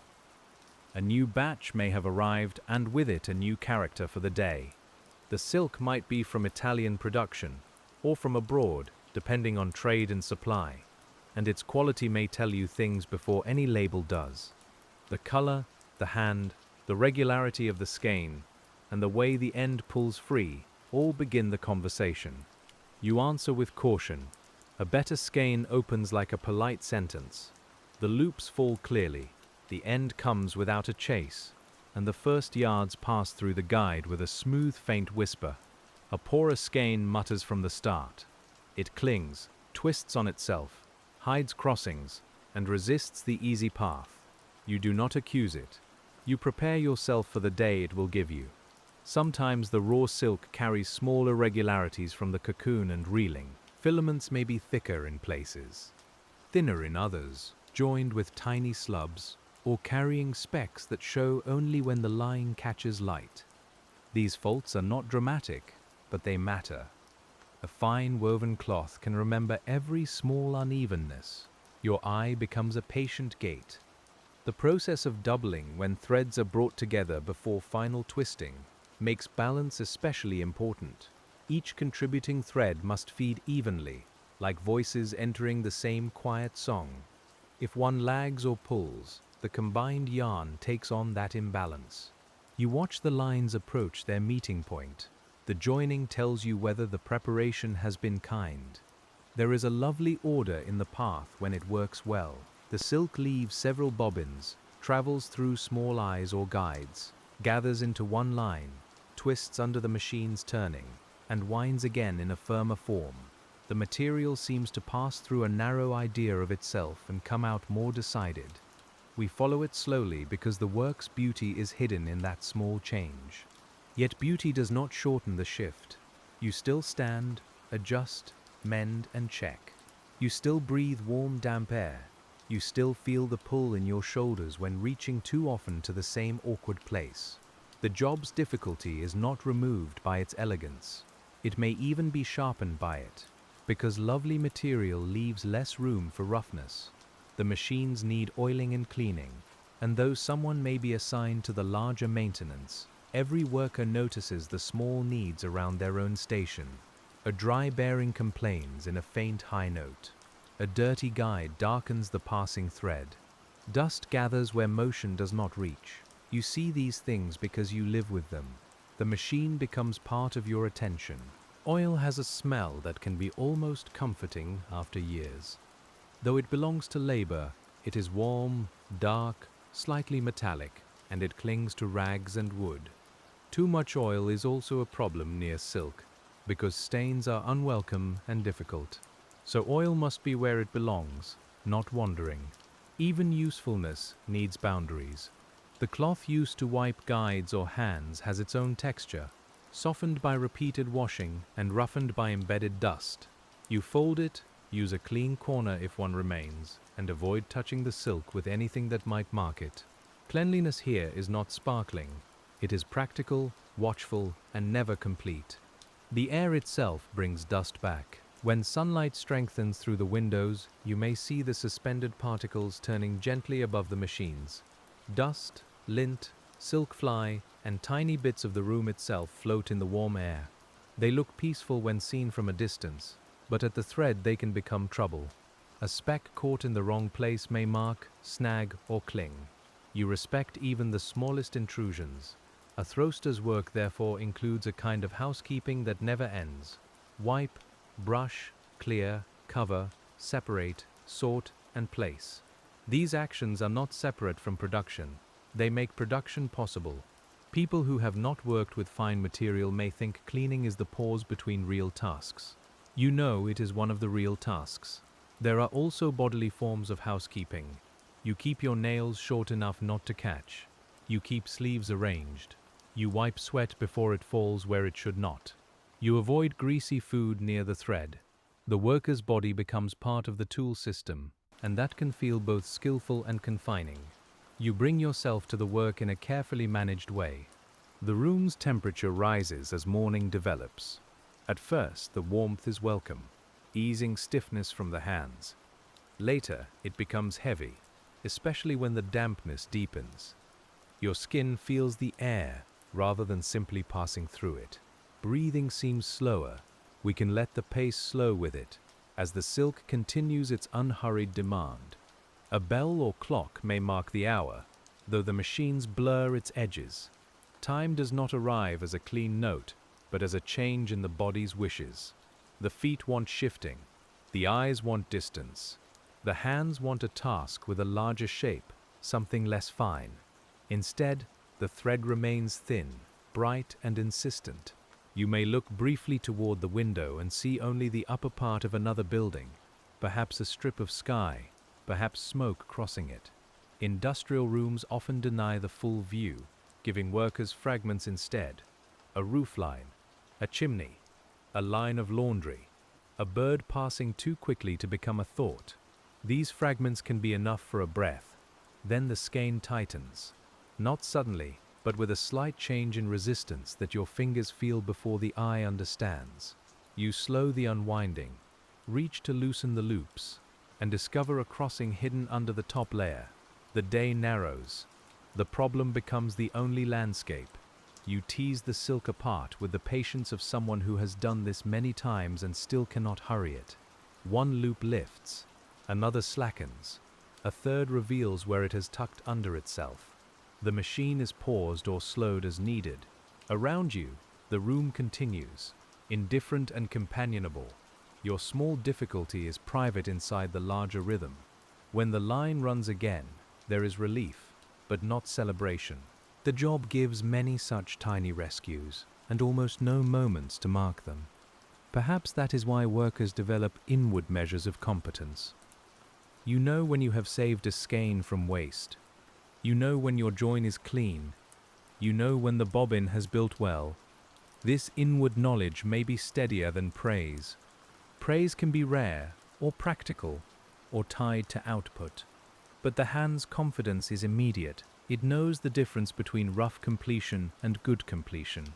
We can rest beside that knowledge because it is one of the quiet dignities of labor. It does not need display. By late morning, the room has fully settled into production. The startup uncertainties have passed, and each station is deep in its own cycle. Finished bobbins accumulate. Empty ones wait in baskets. Skeins diminish slowly on their swifts.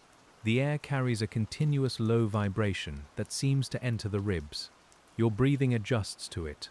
The work may be assigned according to skill, age, experience, and the needs of the day. A newer worker might handle simpler winding, while more experienced hands tend finer twisting or more difficult lots. These divisions are not always fair, and they can shift with pressure. Still, skill is recognized when a batch is too valuable to trust to haste. Your steadiness becomes useful to others. Usefulness is not the same as ease. A reliable worker may be given more troublesome work because they can handle it. They may also be expected to keep handling it without much complaint. This is one of the hidden burdens of competence. The better you become, the more the room may lean on you. You feel that lean in small ways. A foreman places a difficult skein at your station. A co-worker asks you to look at a recurring break. A batch with uneven twist is brought near because your hands are careful. You may take pride in this and feel tired by it in the same breath. Both feelings are allowed. We keep returning to the body because the body is where the job's truth gathers. The eyes narrow and relax, narrow and relax. The fingers pinch, roll, smooth, and release. The shoulders learn not to rise too high. The feet shift on worn flooring. The neck tilts toward the thread. A whole posture grows around attention. Posture can become pain gradually. A frame set slightly too high. A guide placed just beyond easy reach. A floor that slopes. A draft that chills one side. All these ordinary conditions shape the body over months and years. No one moment announces the harm. It is the repetition that writes itself into muscle. Quiet work can leave quiet marks. There may be older throwsters whose hands reveal the years. Fingers a little bent, skin polished in places, nails kept practical, wrists strong in narrow movements. Their eyes may seem calm until a thread misbehaves, and then they move with startling accuracy. You watch them as much as any machine. They are living instructions. They may tell stories during slower times, though not always in full. A mill before this one. A winter when the room froze near the windows. A batch of silk so poor, nobody could make it run cleanly. A supervisor remembered for fairness, or the lack of it. These fragments pass between tasks, never stopping the work. Memory becomes another thread in the room. Some stories reach further back, to water-powered throwing mills in valleys, where streams turned wheels, and young workers tended frames under older forms of discipline. Piedmont's silk trade had long been tied to water, roads, merchants, and patient rural labor, before Turin's newer industrial face grew larger. You may know pieces of this, or only feel that silk is an old work. Either way, history stands quietly behind the frame. The old and new meet in the wordless act of twisting. Whether turned by water wheel, belt shaft, or electric motor, the essential need remains: to gather and strengthen fine filaments through controlled rotation. Machines change the scale and speed, but the material keeps its own laws. Silk still breaks if treated badly. It still asks for care. Care can be tiring when it has no end. You cannot care intensely for 1 hour and then become careless for the next. The work requires a medium flame, steady enough to last. Too little attention leads to waste. Too much nervous attention exhausts you. The experienced thrower learns a balanced watchfulness, like keeping a lamp trimmed but not flaring. That balance is part of the sleepful quality of the scene. We are not rushing through events. We are watching a person remain with a task, neither dramatic nor empty, held in the low music of repeated motion. The thread moves, the bobbin turns, the room breathes. You are there, and the work is yours. Midday comes again, as it always does, not with a grand change but with hunger, stiffness, and the sense that the morning's attention has been spent. The pause is prepared by securing what must be secured, and leaving the silk in a state that can survive a short absence. Your hands move through this preparation almost gratefully. They know food is near. This time, perhaps, you sit near a window where the glass is cool to the touch. The air outside carries street dampness, and the inside of the room carries the warmth of machines recently slowed. You unwrap bread, maybe a small piece of omelette, cheese, or beans from home, and eat carefully. The taste is simple, and simplicity is welcome. The mouth returns after hours of silent concentration. Conversations rise and fall around you. Someone speaks of a sister working in another district. Someone mentions the price of coal. Someone worries about a delayed wage or a landlord's impatience. Someone has heard that a mill farther out is changing machines. The talk is ordinary, but ordinary talk is how larger pressures enter a lunch break. You may not say much. There is comfort in listening while chewing slowly, letting other people's words move around you without asking for action. The room at rest has a different voice, with chairs scraping, paper folding, cups touched down, and the occasional laugh softened by fatigue. We let that voice remain low. Nothing needs to sharpen. After eating, you may step outside for a few minutes if the arrangement allows it. The courtyard or street feels rawer than the workroom, with cooler air, harder smells, and more open sound. Your eyes adjust to distance, grateful for walls farther away than a frame's narrow parts. Even a patch of sky can feel spacious. The sky is a rest for the eyes, but the pause is brief. Factory time has a way of folding leisure back into itself before the body has finished receiving it. A bell, a call, a movement of others, and the return begins. You wrap what remains, wipe your hands, and go back to the station. The silk has waited, but not patiently or impatiently. It has simply waited. The afternoon asks for renewed precision after the body has softened from food. This is difficult. in a different way from morning stiffness. The mind may want to drift, and the warm, damp room encourages it. Yet the first task after lunch may be delicate. You find the end, set the line, and let the machine take up its turning. Your attention returns by degrees. A good throster does not fight drowsiness with force. Force makes the hands rough. Instead, you anchor yourself in sequence. Look at the skein. Check the guide. Feel the tension. Watch the bobbin edge. Listen to the spindle. The steps draw you back into the present until the present becomes work again. The afternoon's long middle is where a sleep listener might drift, and where you, the worker, must not. We can make the pace gentle without losing the thread. Your world is made of repeatable care, and repeatable care has its own soft gravity. The line moves. The bobbin turns. Your fingers answer. If the batch is meant for organzyme, with stronger twist for warp, the yarn must be dependable under later strain. Warp threads on a loom are stretched and lifted, rubbed by heddles and reed, crossed again and again by the weft, and any weakness can become a broken end for someone else. You may never stand at that loom, but you work for it. The future loom is present as tension. If the silk is meant for softer weft, it may need a different hand, less twist, more suppleness, and a calmer character in the finished cloth. Too much twist can make it lively in the wrong way, causing it to curl or resist the drape desired. These distinctions matter because fabric is not just thread multiplied, it is behavior multiplied. You learn to respect behavior. A yarn that looks lovely on the bobbin may reveal its nature when unwound, stretched, dyed, or woven. The throster's work must anticipate those later tests. This makes the job intellectually quiet but not simple. You are always thinking through touch, and touch has long memory. The factory may provide gauges, counts, and directions, but much depends on the worker noticing when the actual material does not match the ideal instruction. A written order can say what is wanted. Silk can reveal what is possible. Between those two stands your judgment. The machine turns according to setting, but the worker sees whether turning becomes quality. Quality is a word that can sound proud in a showroom and practical in a mill. Here it means fewer breaks, even twist, clean winding, correct sorting, and less waste. It means the next process can begin without cursing the last. It means fabric may later hang well, take dye evenly, and wear as expected. It begins with details that fit under a fingertip. The afternoon advances in small cycles.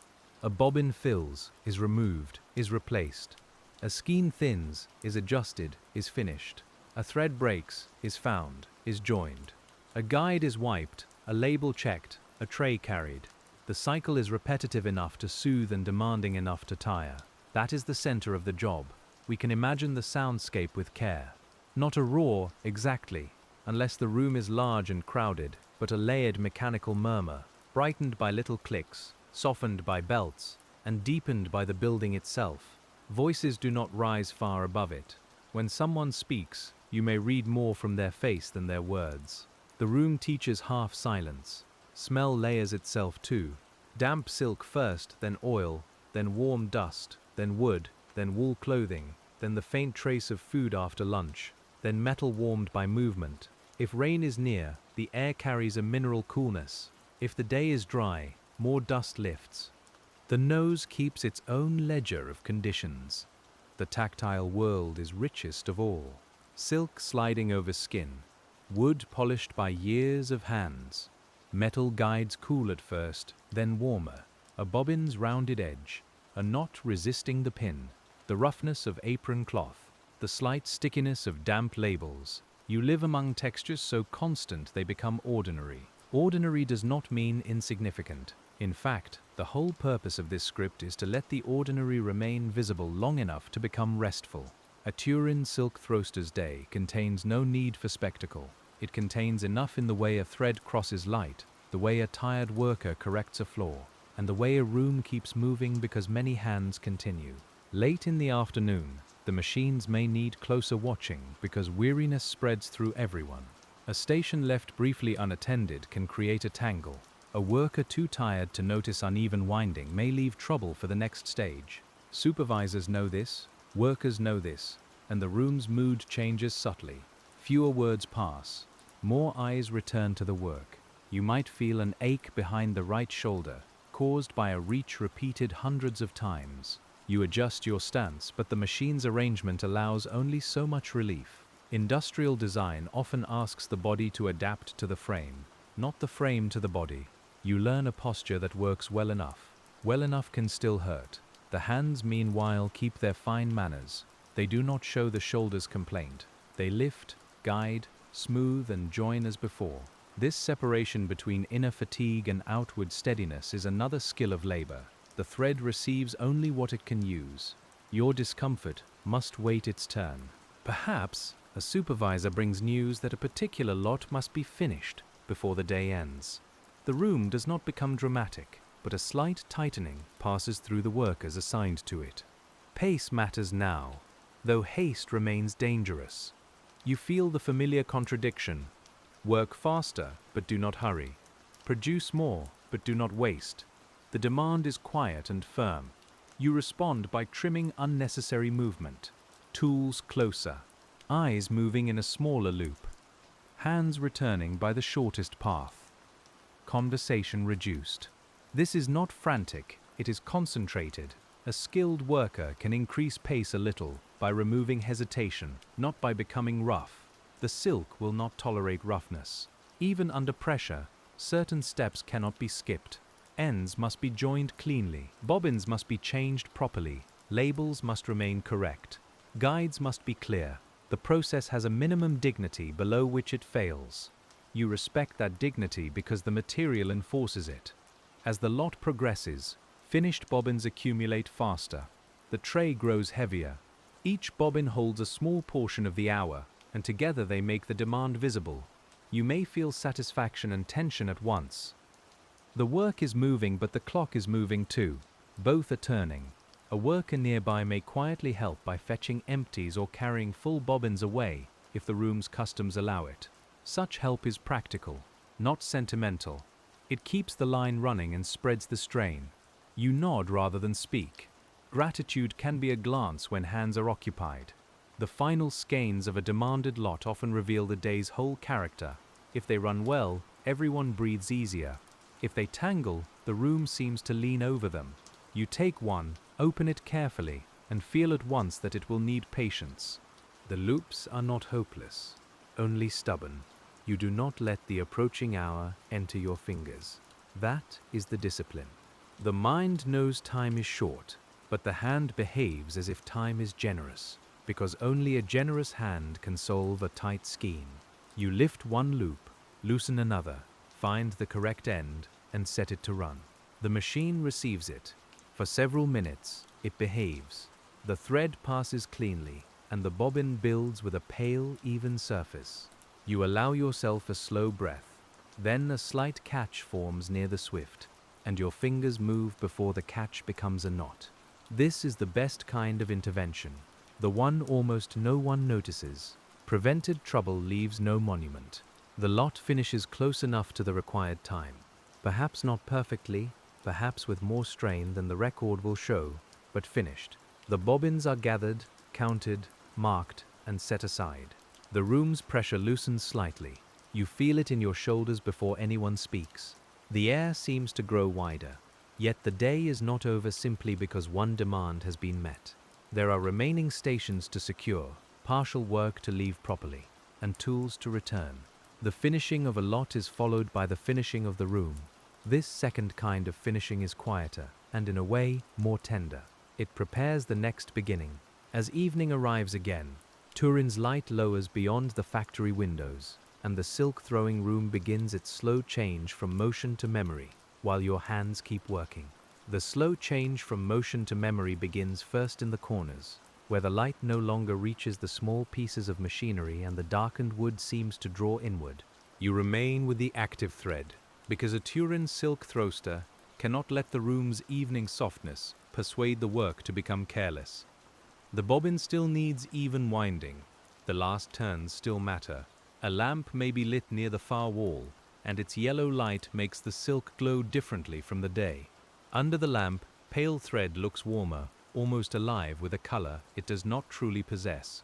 Your eyes must adjust again, after adjusting all day.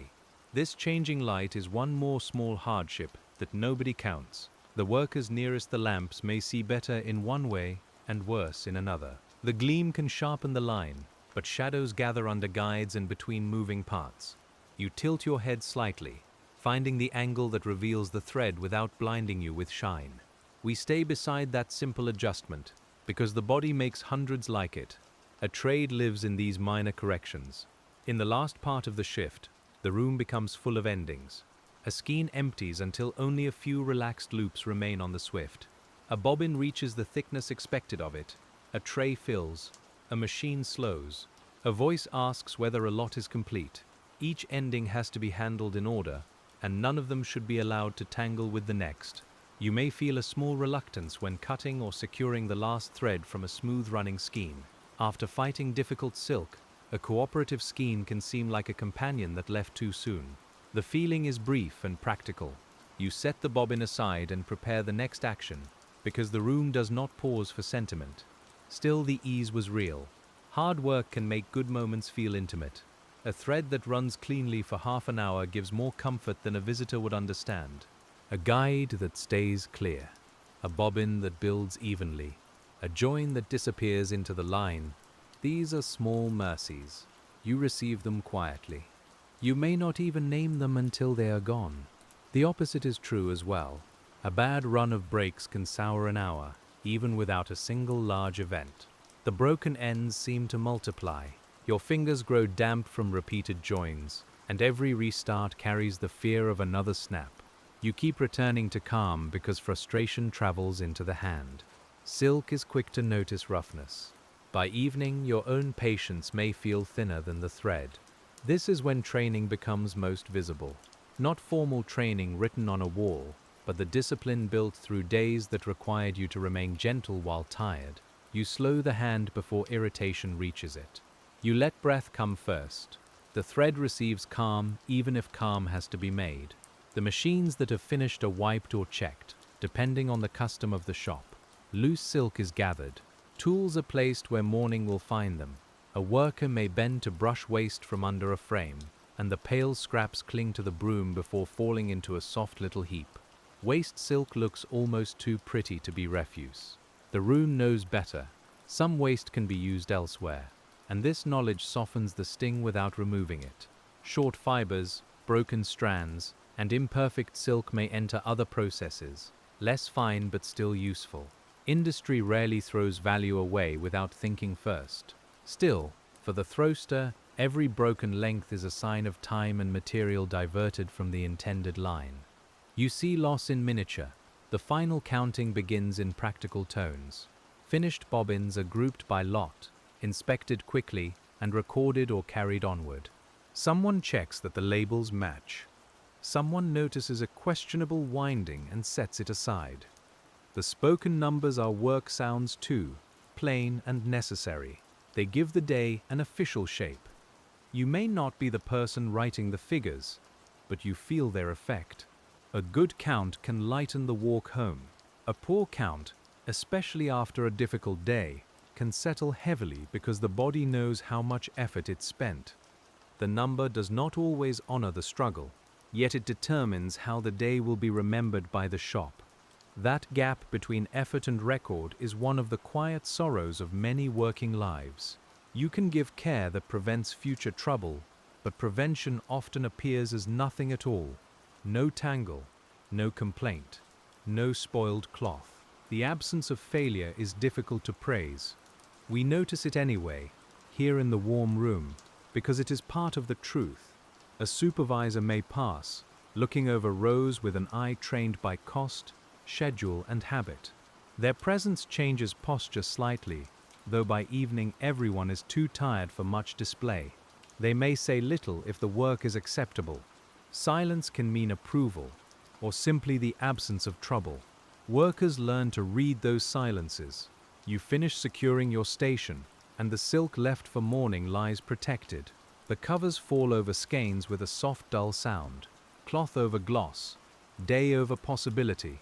The bobbins that remain on the machine are arranged so the ends can be found.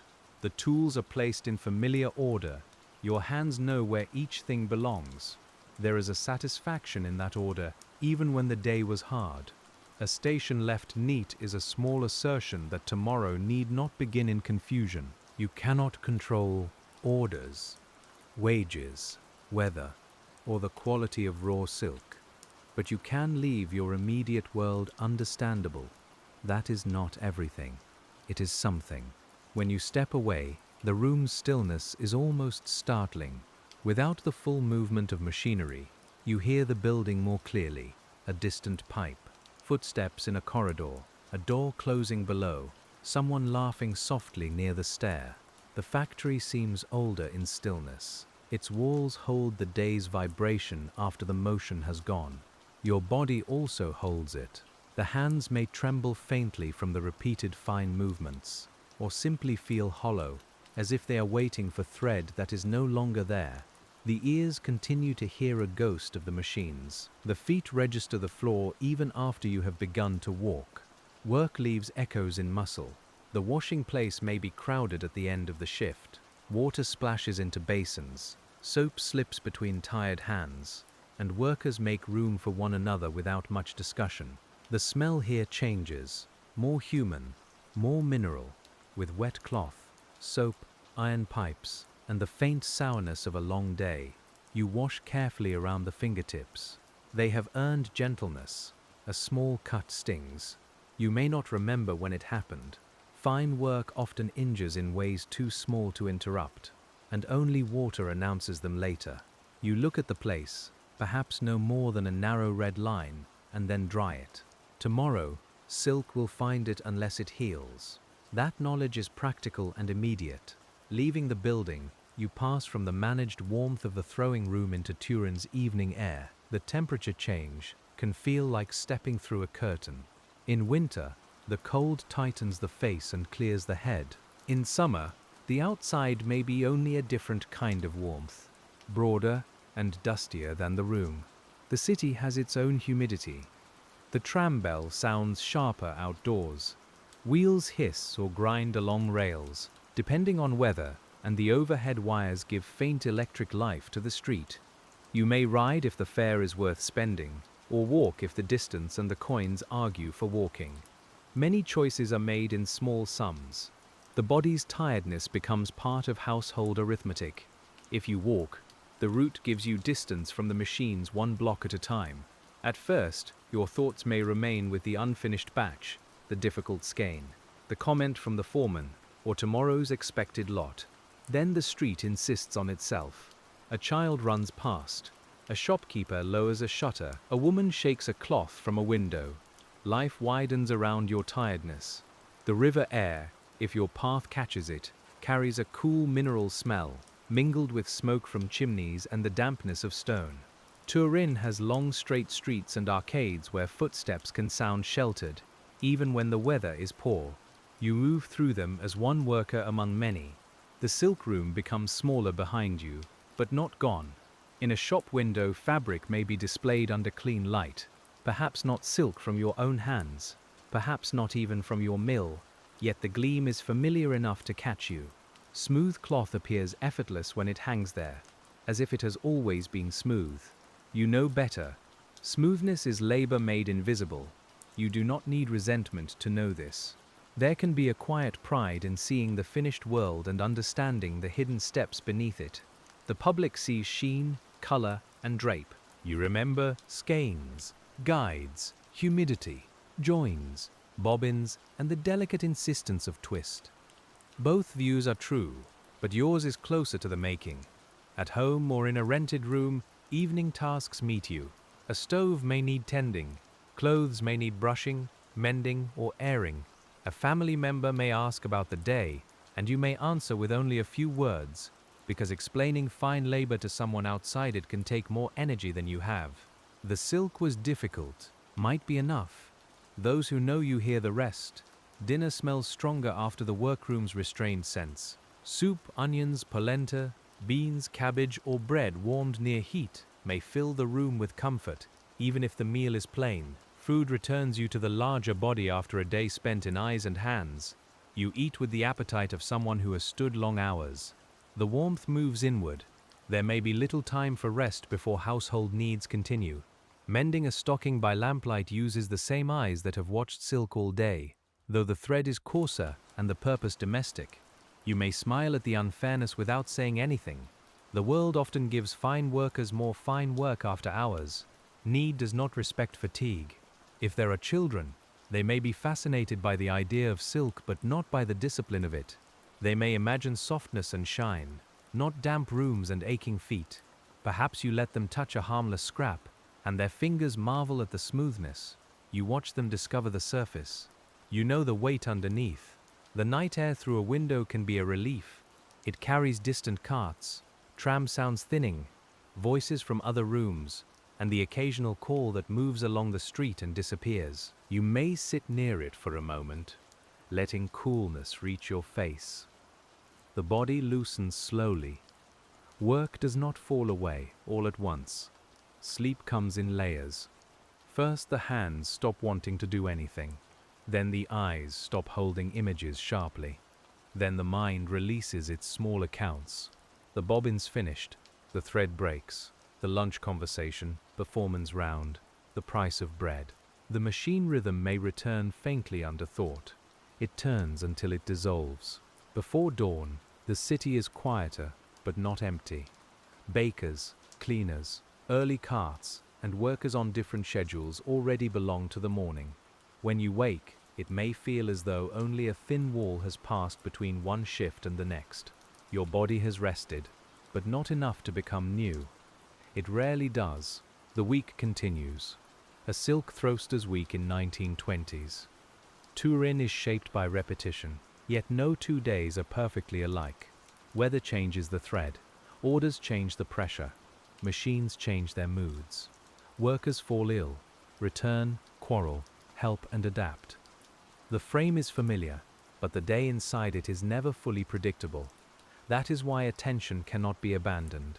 On some mornings, the fog lies low over the streets, and factory windows glow weakly before the sun reaches them.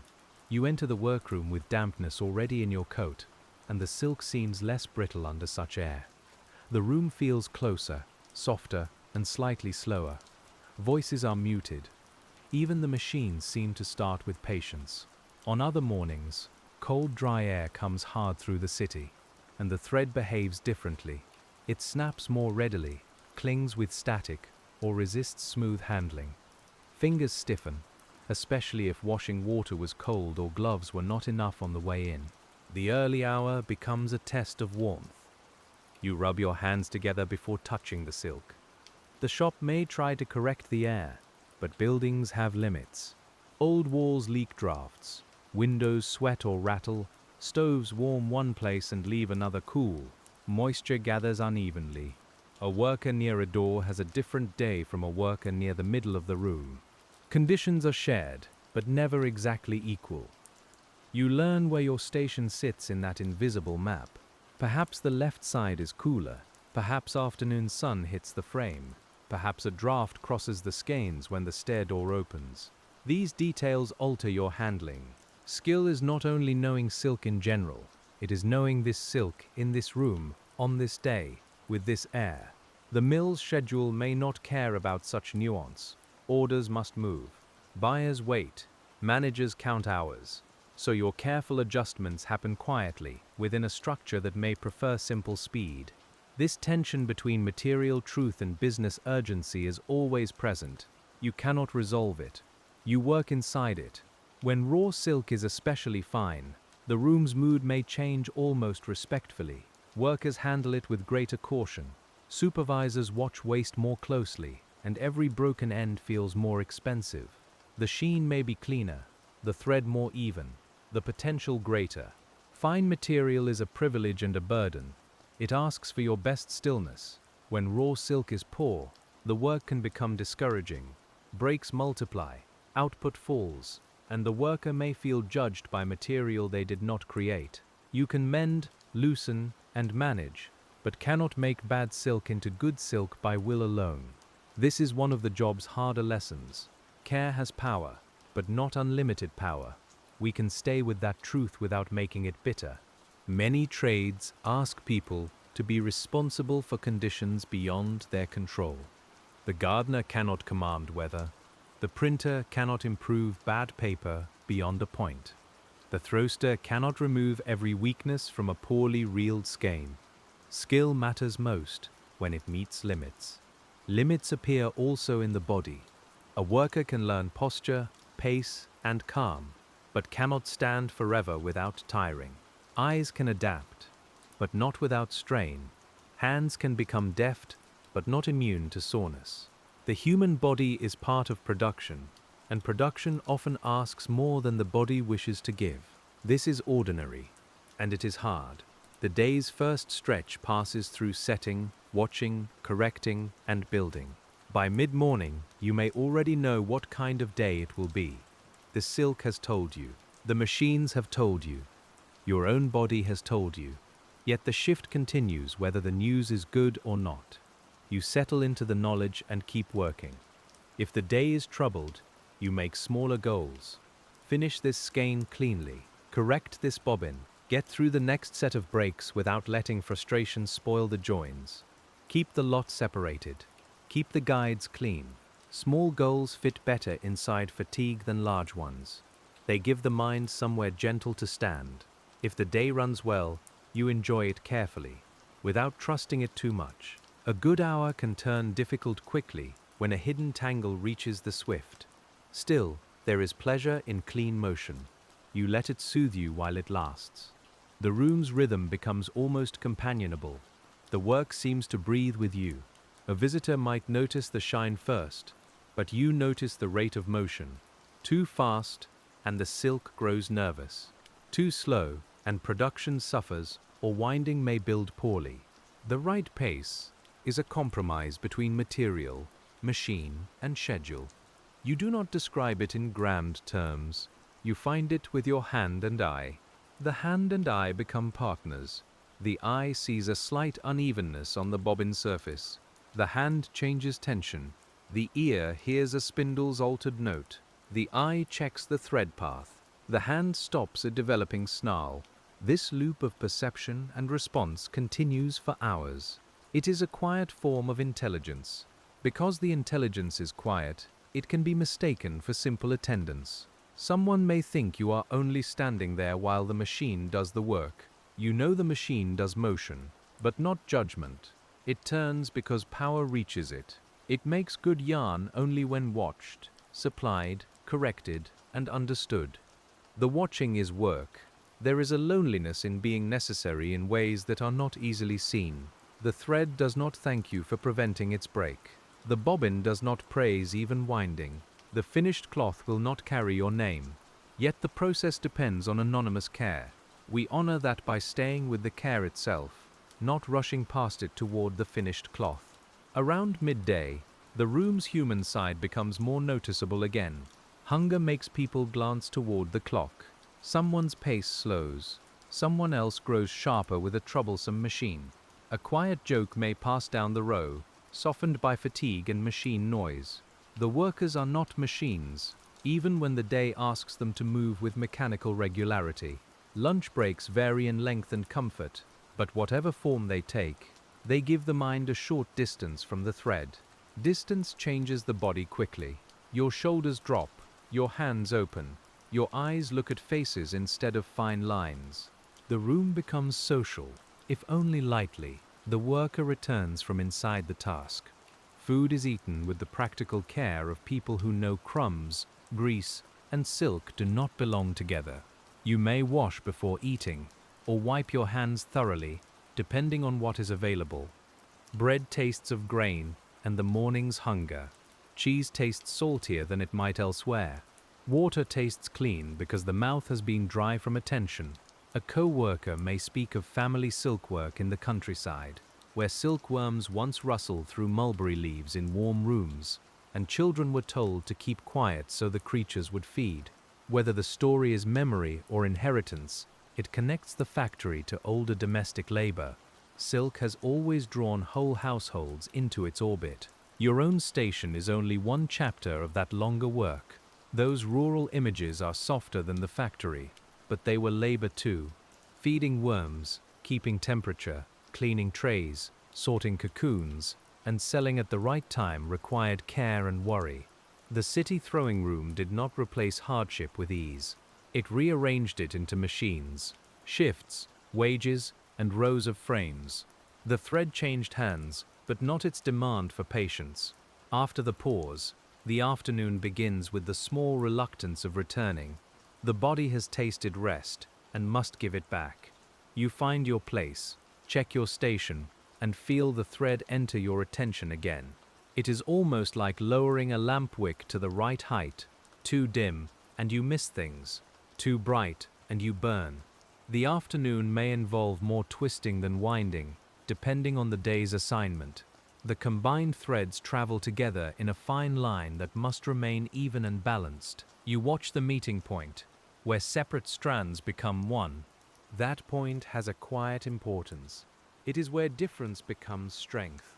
Sometimes a strand runs out before the others, and the line must be managed so the combined yarn does not suffer. Sometimes a bobbin feeding the twist develops a hidden snag. Sometimes the newly twisted yarn begins to wind unevenly, and you correct it before the shape worsens. The machine is continuous, but your interventions are precise. You enter the process at its vulnerable places. Vulnerability is not always visible from a distance. From the doorway, the room may look orderly and almost serene, with rows of machines repeating the same movement. Up close, every row contains possible failure. A loose end, a rough guide, a dry patch, a tired eye. You work among possibilities, preventing most of them from becoming events. The day is made of near troubles. This is why the job can be mentally tiring even when the motions are repetitive. Repetition does not remove decision. It only makes decisions smaller and more frequent. Should you stop now or watch another turn? Should this join be redone? Should this bobbin be set aside? Should this guide be wiped again? Each question is small, but there are many. The body learns to answer before language forms. That is expertise. You may not think, the tension has changed, in full words. You simply reach. You may not think, the build is leaning left. You guide the thread. The work becomes fluent, and fluency can look like ease to anyone who does not know how long it took to learn. New workers often reveal the hidden difficulty by making visible mistakes. They pull too hard, stare too narrowly, miss the sound of a problem, or tie joins too thick. Watching them reminds you that your own calm was built. It was not natural from the start. Calm can be trained by material that punishes hurry. Silk is a patient teacher, but a costly one. The afternoon's air thickens again. If the day is warm, a faint sheen of sweat may gather at the temple, and you must be careful not to let it fall near the silk. If the day is cold, the contrast between damp room and chilly draft may settle into the joints. Either way, comfort is partial. The work's conditions are managed, not perfected. A cart may pass outside with a deep wooden rumble. A tram bell may ring twice, then fade. Somewhere beyond the wall, a vendor's call rises and falls. These outside sounds remind you of time moving beyond the mill. They do not release you. They simply add distance to the room's closeness. The closeness can feel almost protective in certain moods. The same faces, same frames, same tasks, and same sounds create a known enclosure. You do not have to choose what to do next in any large sense. The work tells you. There is rest in being told by a task, so long as the task is not cruel. This one is demanding, but often steady. In other moods, the same closeness can feel confining. The windows are too high, the air too damp, the machine too near, the thread too fine, and the shift too long. You may long for a wide road, a field, a quiet kitchen, or simply a chair with no frame in front of it. The feeling passes through you while your hands continue. Work often continues through feelings. We do not need to choose one mood as the truth. Both belong to the 1920s Turin Silk Throwster. The room can soothe and exhaust, shelter and confine, dignify and reduce. A working life is rarely one color. It has many shades, like undyed silk catching different light. Late afternoon may bring inspection of the yarn's character. A length may be examined for evenness, twist, cleanliness, or faults. The inspection might be quick, practiced, and practical, with the eye looking for what should not be there. You may feel a slight tightening when your work is checked, even if you trust it. Everyone feels the vulnerability of having care examined. If a fault is found, the response depends on its kind and severity. A small winding issue may be corrected. A questionable bobbin may be set aside. A repeated problem may bring attention to the machine, the material, or the worker. You hope for fairness, but fairness is not guaranteed. The silk itself cannot explain what happened. This uncertainty makes workers careful in self-protection as well as craft. You keep lots clear, remember which skeins were troublesome, and notice when a machine behaves badly. Such memory may help if a question comes later. The quiet worker is not passive. You are observant because observation protects both material and self. Evening approaches again, and the room begins its familiar change. The machines still run, but the workers sense the slope of the day. Hands become methodical in a slightly different way, preparing not just production but departure. The final tasks gather at the edge of attention. The shift starts folding inward. A full day in silk throwing leaves the mind with textures rather than stories. The soft drag of a skein, the click of a bobbin seated correctly, the slickness of a damp fingertip joining ends, the dull ache of standing, the glow of silk under evening lamps. These are the memories that remain because they repeated themselves into you. If you were to explain why it was hard, you might begin with the hours, the heat, the damp, the standing, the low pay, or the pressure of waste. All would be true. But beneath them is the deeper challenge of fine attention kept alive inside monotony. The work is hard because it asks you to be awake in small ways for a very long time. It asks for care without drama. Care without drama can be overlooked. It does not make a loud story. It does not leave large objects behind in the worker's own house. It may appear in the world as smooth cloth bought by someone else. Yet in the workroom, care is as real as iron. It holds the process together.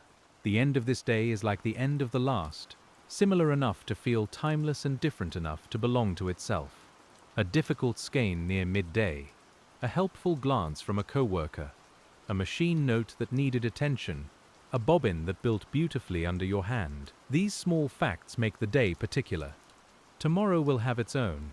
As machines slow, the room's sound loosens in strands. One belt falls quiet, another row continues. A voice becomes clearer. A door opens. The last active spindle near you hums for a few more minutes, and you watch it with the gentleness reserved for tired endings. The motion leaves gradually. You secure the silk, cover what must be covered, and set full bobbins in their place. The tools return to order. The waste is gathered. Labels are checked. The workroom becomes readable for morning. This transformation from active complexity to resting order is its own quiet craft, and you perform it almost without thinking. Before leaving, you may look once at the station as a whole, not admiring it exactly, not lingering long, but making sure the room will not surprise you badly when you return. The frame stands still. The silk is protected. The bobbins wait. The floor holds a few pale flecks no broom has caught. Nothing more can be done this minute. Outside, the evening may be cold enough to make the damp warmth of the mill seem suddenly unreal. Your breath appears briefly in the air, and the city's lamps stand in soft halos if mist has gathered. The tram is crowded, or the walk is long, and your feet make the decision with your purse. You begin the route home with the day still turning inside you. But the week does not remain only in work and home. There may be a market morning, a church bell, a family visit, a line at a shop, or a quiet errand that pulls you through other parts of Turin. In those places, your identity as a silk throster rests under ordinary clothing, invisible to strangers. They see a worker, perhaps.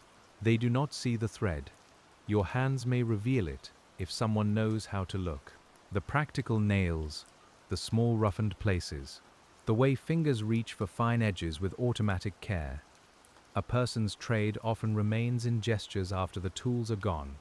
You may fold paper neatly, separate tangled string patiently, or smooth a cloth edge without thinking. Work teaches manners to the body. On a day of rest, if it comes, the absence of machine sound can feel strange. Quiet is not automatically restful when the body expects rhythm. You may wake at the usual hour before remembering you need not rise yet. The hands may still carry phantom motion. Slowly, the household's slower sounds replace the factory's water poured, a chair moved, footsteps on a stair. Rest may include washing work clothes, which brings the mill back in scent. Warm water releases oil, dust, and the faint animal softness of silk from aprons and sleeves. The water clouds. Soap roughens the skin. The clothes are wrung and hung where air can reach them. Even rest tends the traces of labor.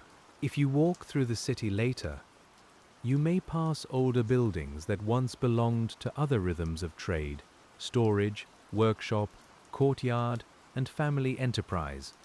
Turin's silk past is not always obvious on the surface, especially as newer industries claim attention.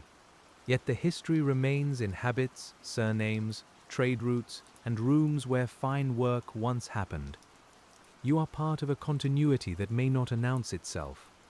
This continuity can be comforting. Many hands before yours have drawn silk, twisted it, dyed it, woven it, sold it, worn it, repaired it, and treasured it. The material outlives individual shifts. It passes through time as both commodity and touch. You are one careful pair of hands in that long passage. The thought is quietly large. Then the next working morning arrives, reducing largeness back to the practical. The station needs you. The skein has an end to find. The bobbin must be seated. The guide must be checked. The air must be judged. The shift begins not with history, but with fingers looking for a line. That search for the line is always intimate. The skein may look like a simple loop, but its beginning can hide under layers of shine. You turn it gently, lifting, separating, and feeling for the loose end that will let the whole process start. When you find it, there is a tiny satisfaction. A door has opened. You draw the silk out and thread it through the first guide. The line tightens and begins to move. The machine accepts it, and the bobbin starts its patient accumulation. Another day is underway in the Turin throwing room. The work is the same, but the thread is new, and new thread asks to be known. Morning after morning, this is how the job teaches endurance. Not by asking for one impossible act, but by asking for many possible acts, placed one after another until they fill a life. Lift the skein, find the end, guide the line, watch the twist, mend the break, set the bobbin, begin again. The phrase begin again could sound heavy, but in the room it is simply practical. Beginning again is how work continues after every break, every pause, every spoiled join, and every night of imperfect rest. It is also how skill deepens. You do not become a throwster through one day of understanding. You become one by returning. The returning changes how you see silk outside the mill. A ribbon is no longer only pretty. A dress fabric is no longer only smooth. A tie in a shop window is no longer only pretty. A dress fabric is no longer only smooth. It asks for care, yet resists being controlled completely. It becomes strong only through joining and twisting. A person could make too much of this, but the workroom makes just enough. You feel the meaning through labor, not speech. The morning's first bobbins build well, and for a while the room offers you its gentler face. The lines run clean. The swift turns without jerking. The air holds enough moisture. Your hands find the rhythm before fatigue rises. We can stay in this easier passage because difficulty does not erase ease. A hard job contains smooth hours too. During such hours, your mind may rest lightly on the process itself. The thread comes away from the skein with a faint whisper. It passes over the guide with barely a touch. It lies onto the bobbin in even traverses. Layer on layer, the form grows. The eye finds satisfaction in the order. The surface becomes calm. Then a co-worker asks for help with a repeated break. You step over, if allowed, and watch the line run for a moment. Sometimes the cause is visible only after waiting. A guide sits slightly wrong, a bobbin feeds unevenly, or the thread rubs at an angle that weakens it. You point, adjust, or suggest. The break stops, or at least lessens. Helping another worker reveals how much you have learned. You see a problem more quickly in someone else's station because you are not inside their frustration. They may do the same for you later. This exchange of steadier eyes keeps the room from becoming a collection of isolated struggles. Work is individual at the hand and collective in the room. The foreman may not notice such help directly, or may notice only that the raw runs better. That is fine. The workers know. A small debt of kindness or competence passes without a ledger. In a demanding room, these unrecorded exchanges matter. They soften the edges of discipline. By midday, the batch has settled into its character, and your body has settled into the batch. You know where it tends to cling, how often it breaks, whether it likes slightly more moisture, whether the bobbins build cleanly, and whether the twist looks even. This knowledge is temporary, useful only for this lot, and then it will vanish into finished work. Temporary knowledge is still real. Many jobs are full of such knowledge. The baker knows today's dough. The washerwoman knows this stain. The carpenter knows this board. You know this silk. The world is made not only by general rules, but by specific encounters handled well enough. That is the quiet science of labor. Afternoon returns, and with it the heavier patience. The warm room leans on everyone. A fly circles near the window, the machine note remains steady, and the silk continues to shine with almost unreasonable delicacy. You shift your feet and return your eyes to the line. The body wants variety. The thread wants sameness. There is no shame in the body wanting variety. It was not made to stand in one room forever, staring at fine motion and breathing damp air. But the wage is tied to staying, and staying becomes its own discipline. You make small movements where you can. You stretch a hand when no thread needs it. You let your gaze travel farther for one breath. The world narrows again when a bobbin nears fullness. The wind must remain even to the end, because the outer layers will be the first touched later when unwinding. A poor finish can undo a good beginning. You guide the last turns with care, stop or remove at the proper moment, and set the bobbin aside. The edge is clean. There is satisfaction in a clean edge. It means the bobbin is not lumpy, not loose, not carelessly overfilled, not asking the next worker to repair your haste.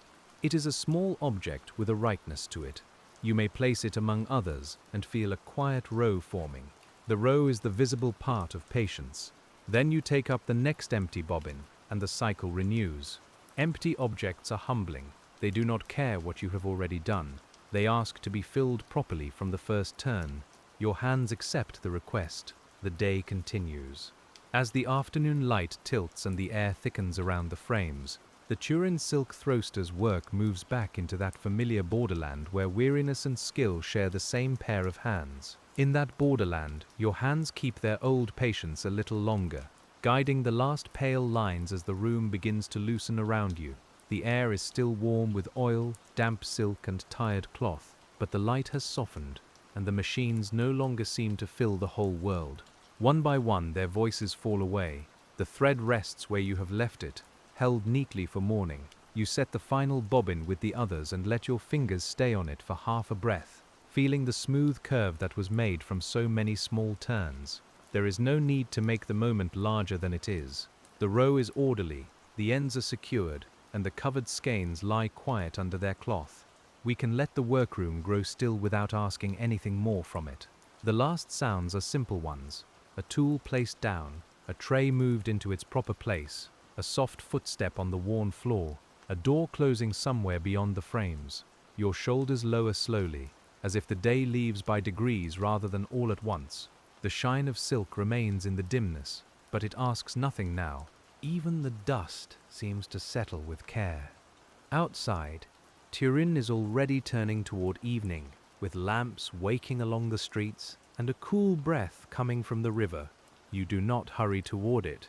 You only stand for one more quiet moment among the resting machines, with the smell of silk still on your hands and the rhythm of turning fading from your ears. The room has given back its silence. The bobbins are in their places, the lamps are low, and the fine pale threads sleep under cloth until another morning. Your work is finished for tonight, and the stillness receives you softly.